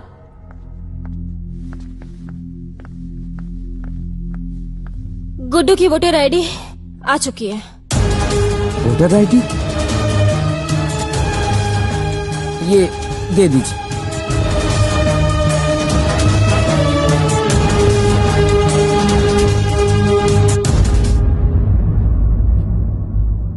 इस वोटर आईडी कार्ड से साबित होता है कि गुड्डू के पिता रामप्रसाद ही हैं। यस। जहां तक इनकी शादी का मामला है वो उनका निजी मामला है, किंतु अगर उनकी शादी से परिवार के किसी भी सदस्य को मानसिक, शारीरिक या आर्थिक क्षति होती है तो वो कानून का सहारा ले सकते हैं। रामप्रसाद जी की व्यक्तिगत संपत्तियों को छोड़कर पैतृक संपत्तियों में गुड्डू का हिस्सा कायम किया जाता है।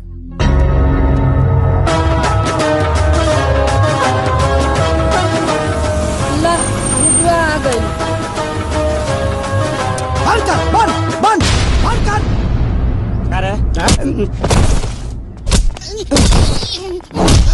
नाचे के बहुत शौक बा। दंदा आई कागजवा दो कागजवा। देख डिग्री हो गई है गुड्डुआ के, डिग्री हो गई। बहुत कमर हिलता ना। अब नागिन धुन बजाओ। नाच, नागिन धुन बजाओ। नाच,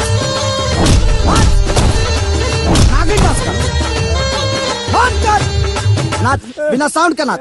नाच नागिन डांस। नाच, नाच। ई का कर रहा बड़ा बाबू तू? अरे परम चपड़ा बनल बड़ा, परम चपड़ा। आई देख ले कोर्ट का डिसीजन। सब लोग साथ छोड़ दी हमार। ए बुढ़ियो, आई देखा कोर्ट का डिसीजन। तहार डबल चश्मा बना रुका। ए मुखिया जी, आई देखा कोर्ट का डिग्री है। आ तहार जन्म कुंडली आई देखा। देख ला कारे ठकरा रे। सब हरिया ना दे सब हरी। ए राम प्रसाद जी बाहर निकला। ए फालतू का नाम हो तहार हो? जीतला के बाद भूल गए बनी। का नाम हो? कमीना। कमीना लाडू क्या हो सबके? हाँ क्या हो तनी हिकरा के दे रखिए। राम प्रसाद बियाह तू अब एगो ना 25 को कर, कोनो फर्क पड़े के नहीं है गुड्डुआ के। 25 को कर, लेकिन कोर्ट कहले बा कि अगर तेरा बियाह से हमरा प्रॉब्लम भई त कार्रवाई तोहरो पे होई। ए बुढ़ियो तू सब तू ही बिगड़ले बड़ू काम सब। ए राम प्रसाद जी बाहर निकला। निकला बाहर। अब गुडुआ के आके ना जमींदारी हो गई बाजी गुडुआ के। भैया अरे भैया कमान भैया चुप मार ड्राइवर खाने मार। क्या हो राम प्रसाद का हो दुकान के बैठल बड़ो लाज लागत मुंह देखा में अब हरिया में। ए वकील हने आवा हने आवा आई देख ला राम प्रसाद जी तारा छाती पर जीत के डिग्री लेके आइल बनी कोर्ट से। तनी एगो वीडियो बनाओ वकील। आई लिखी हो कि बेटा से हार के बाप शर्मसार टाइटल लिह डाली हो। अब समझ में आई। उठा हो अब जमीन जायदाद पर गुडुआ के हक है। उठा उठा ए राम प्रसाद जी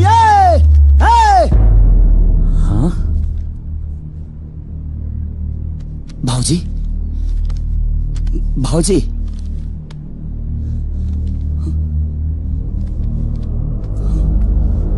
भाऊजी गुड्डू बाबू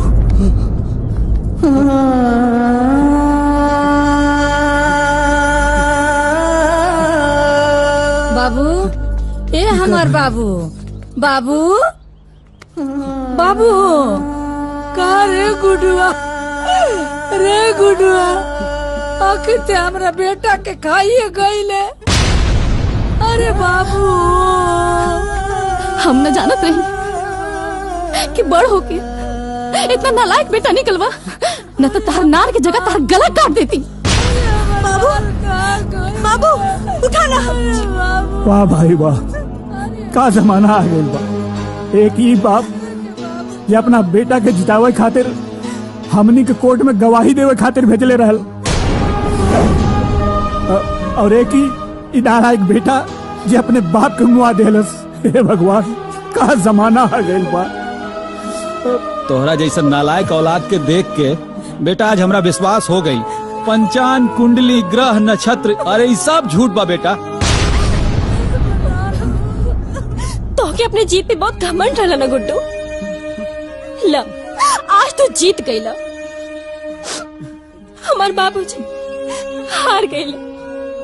वो हमेशा हमेशा खाते। अरे आज ले हम दोनों साथे रहने है ना तो सिर्फ और सिर्फ बाबूजी की वजह से। काहे कि बाबूजी ही कहले रहने। हमार बेटा अपना जिद और नासमझी के चलते बिल्कुल अकेला पड़ गए लो। ओकरा साथे क्यों नहीं के बेटा। बेटी तू होकर साथ मत छोड़िया। ओकर साथ मत छोड़िया। लेकिन तोरा साथ निभाओ हमने के बाबूजी हमने के साथ छोड़ के चल गए ले। बाबूजी ए बाबूजी ए उठिए ना। ए नाना उठा ना। ए नाना हमको छोड़ के ना जाए। उठा ना गुड्डू। बाबूजी ए बाबूजी ए बाबूजी ए गुड्डू ए बाबूजी ए गुड्डुआ। अरे तोरा के सुधारे खातिर नहीं सब नौटंकी कैले रहनी। अरे पगला हम ब्याह करे भी उम्र में बाल काला करे से क्यों जवान हो जाला रे गुड्डुआ।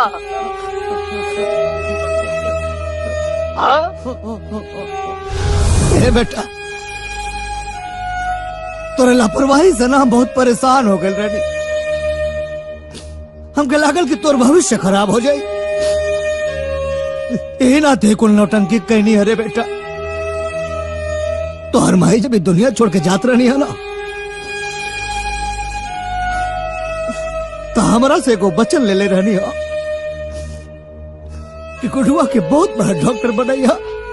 बेटा कर्जा लेके हम तुम्हारा एडमिशन मेडिकल कॉलेज में करोगी, लेकिन तू तो बिचौए में छोड़ के चले आया। हमके बहुत गुस्सा लागल जब ते मेडिकल कॉलेज छोड़ के चले आया था। सोचे नहीं कि तोरे माई का कहा जवाब दे। इन्हें ते डरवावे खातिर झूठ मूठ के बियाह के नाटक कहनी। अरे पागल बचपन में जब तक छोड़ कर रह नो और कोनो बात ना मानत रहे आना तो हम भूत का और शेर के भालू के बहाना बनाया नौटंकी करी ते भाग के आके हमारा गोते बैठ जात रहे। हमारा इनाम पुत्र रह रे बेटा कि तब बहुत बड़ा हो गई ले। गुडुआ बहुत बड़ा हो गई। अब ना डराना अब ना डराना। तो कोर्ट तक पहुंच गए बेटा।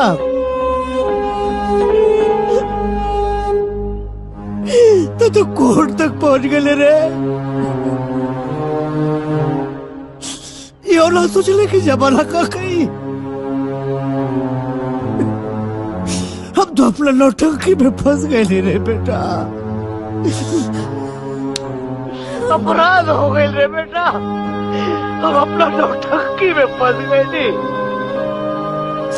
हमसे गलती हो गई रे गुडुआ, एक बेर लौटा रे बेटा। अरे पगला, तो के सुधारे की तरीका गलत हो सकेला, लेकिन हमारा नियत में कोनो खोट नहीं के। ए गुडुआ, हम थोड़ा बड़ा प्यार करी रे।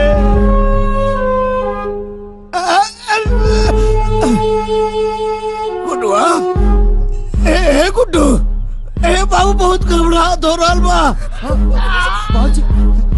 ए हमारा छाती में बहुत दर्द हो रहा बा रे गुडुआ। ए बेटा आजा रे।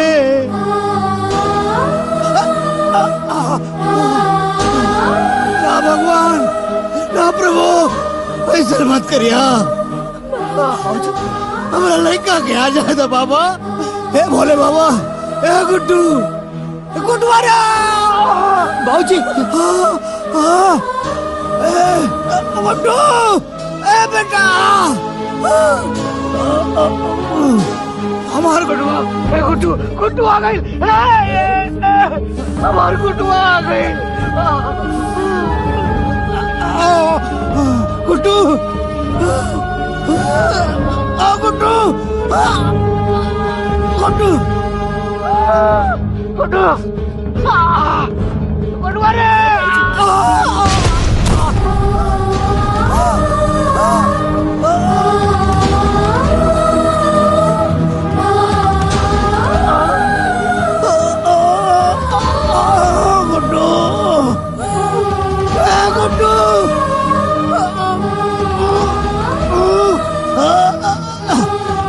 गुड्डू, ए गुड्डू, गुड्डू, भाऊजी, भाऊजी, ए कोई देखना। ए भाऊजी, भाऊजी, भाऊजी, हमके काहे ना पहले बताने भाऊजी। ए भाऊजी, काहे ना बताने भाऊजी। बाबूजी, बाबूजी उठिए ना बाबूजी। बाबूजी,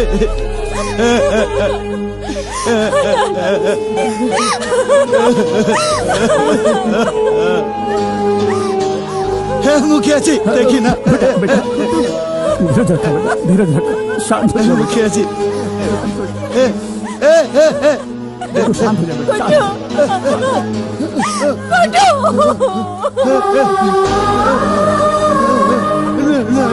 हम न जानत रही कि बड़ होके इतना नालायक बेटा निकलवा, न तो तार नार की जगह तार गला काट देती। बाबूजी, बाबूजी,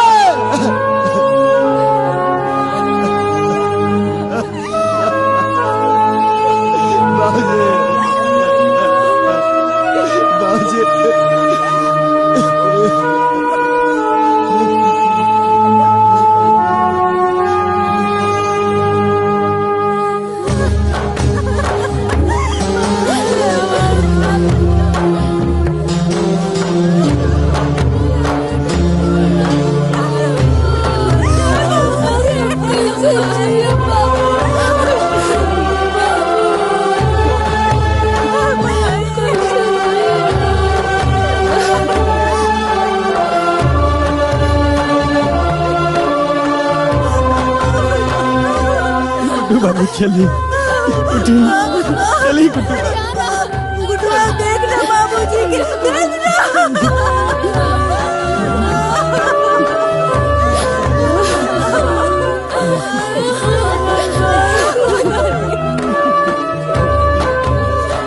हमने बाबूजी जी के कहीं मत लेके जा।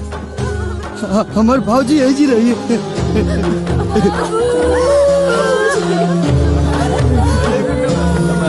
हमके माफ कर दे बाबूजी। हे बाबूजी। वाली गुड्डू बाबू उठी उठी गुड्डू बाबू। हे हटना हमके दूर मत करो बाबूजी से दूर मत करो।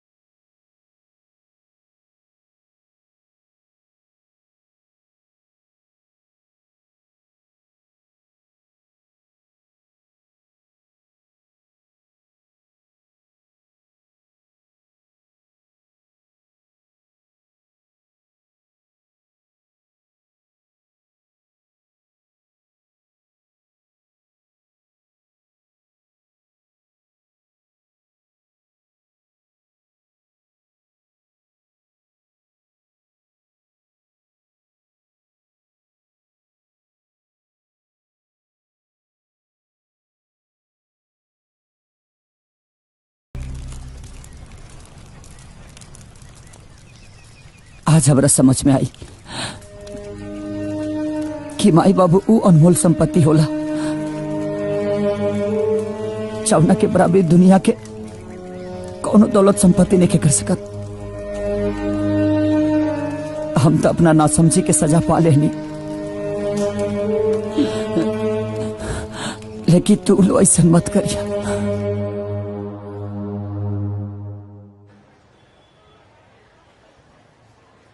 गुड्डू जी क्या कहना चाहेंगे? इस हॉस्पिटल को बनाने के पीछे आपका उद्देश्य क्या है? मेरे पापा का सपना था कि मैं डॉक्टर बनूं और अस्पताल बनाऊं, लेकिन मैं भागा पापा के जीते जी मैं कुछ नहीं कर पाया। मैं उनको समझा ही नहीं कि मेरे पापा मेरे से कितना प्यार करते हैं। लेकिन उनके जाने के बाद मुझे समझ में आया कि ये सपना मुझे पूरा करना चाहिए, और इसमें मेरे पत्नी का बहुत बड़ा योगदान है। इसलिए मैं पूरी दुनिया से यही कहना चाहता हूं, ताकि हर वो बेटा जीते जी अपने माँ बाप को समझ ले, क्योंकि हमारे माँ बाप की खुशी उनके खुद के लिए नहीं होती, वो हमारे लिए होती है। तो बस यही कहूंगा कि जीते जी अपने माँ बाप को प्यार और दुलार दे दो, ताकि मरने के बाद इस गुड्डू की तरह आपको भी अफसोस ना हो। जय हिंद।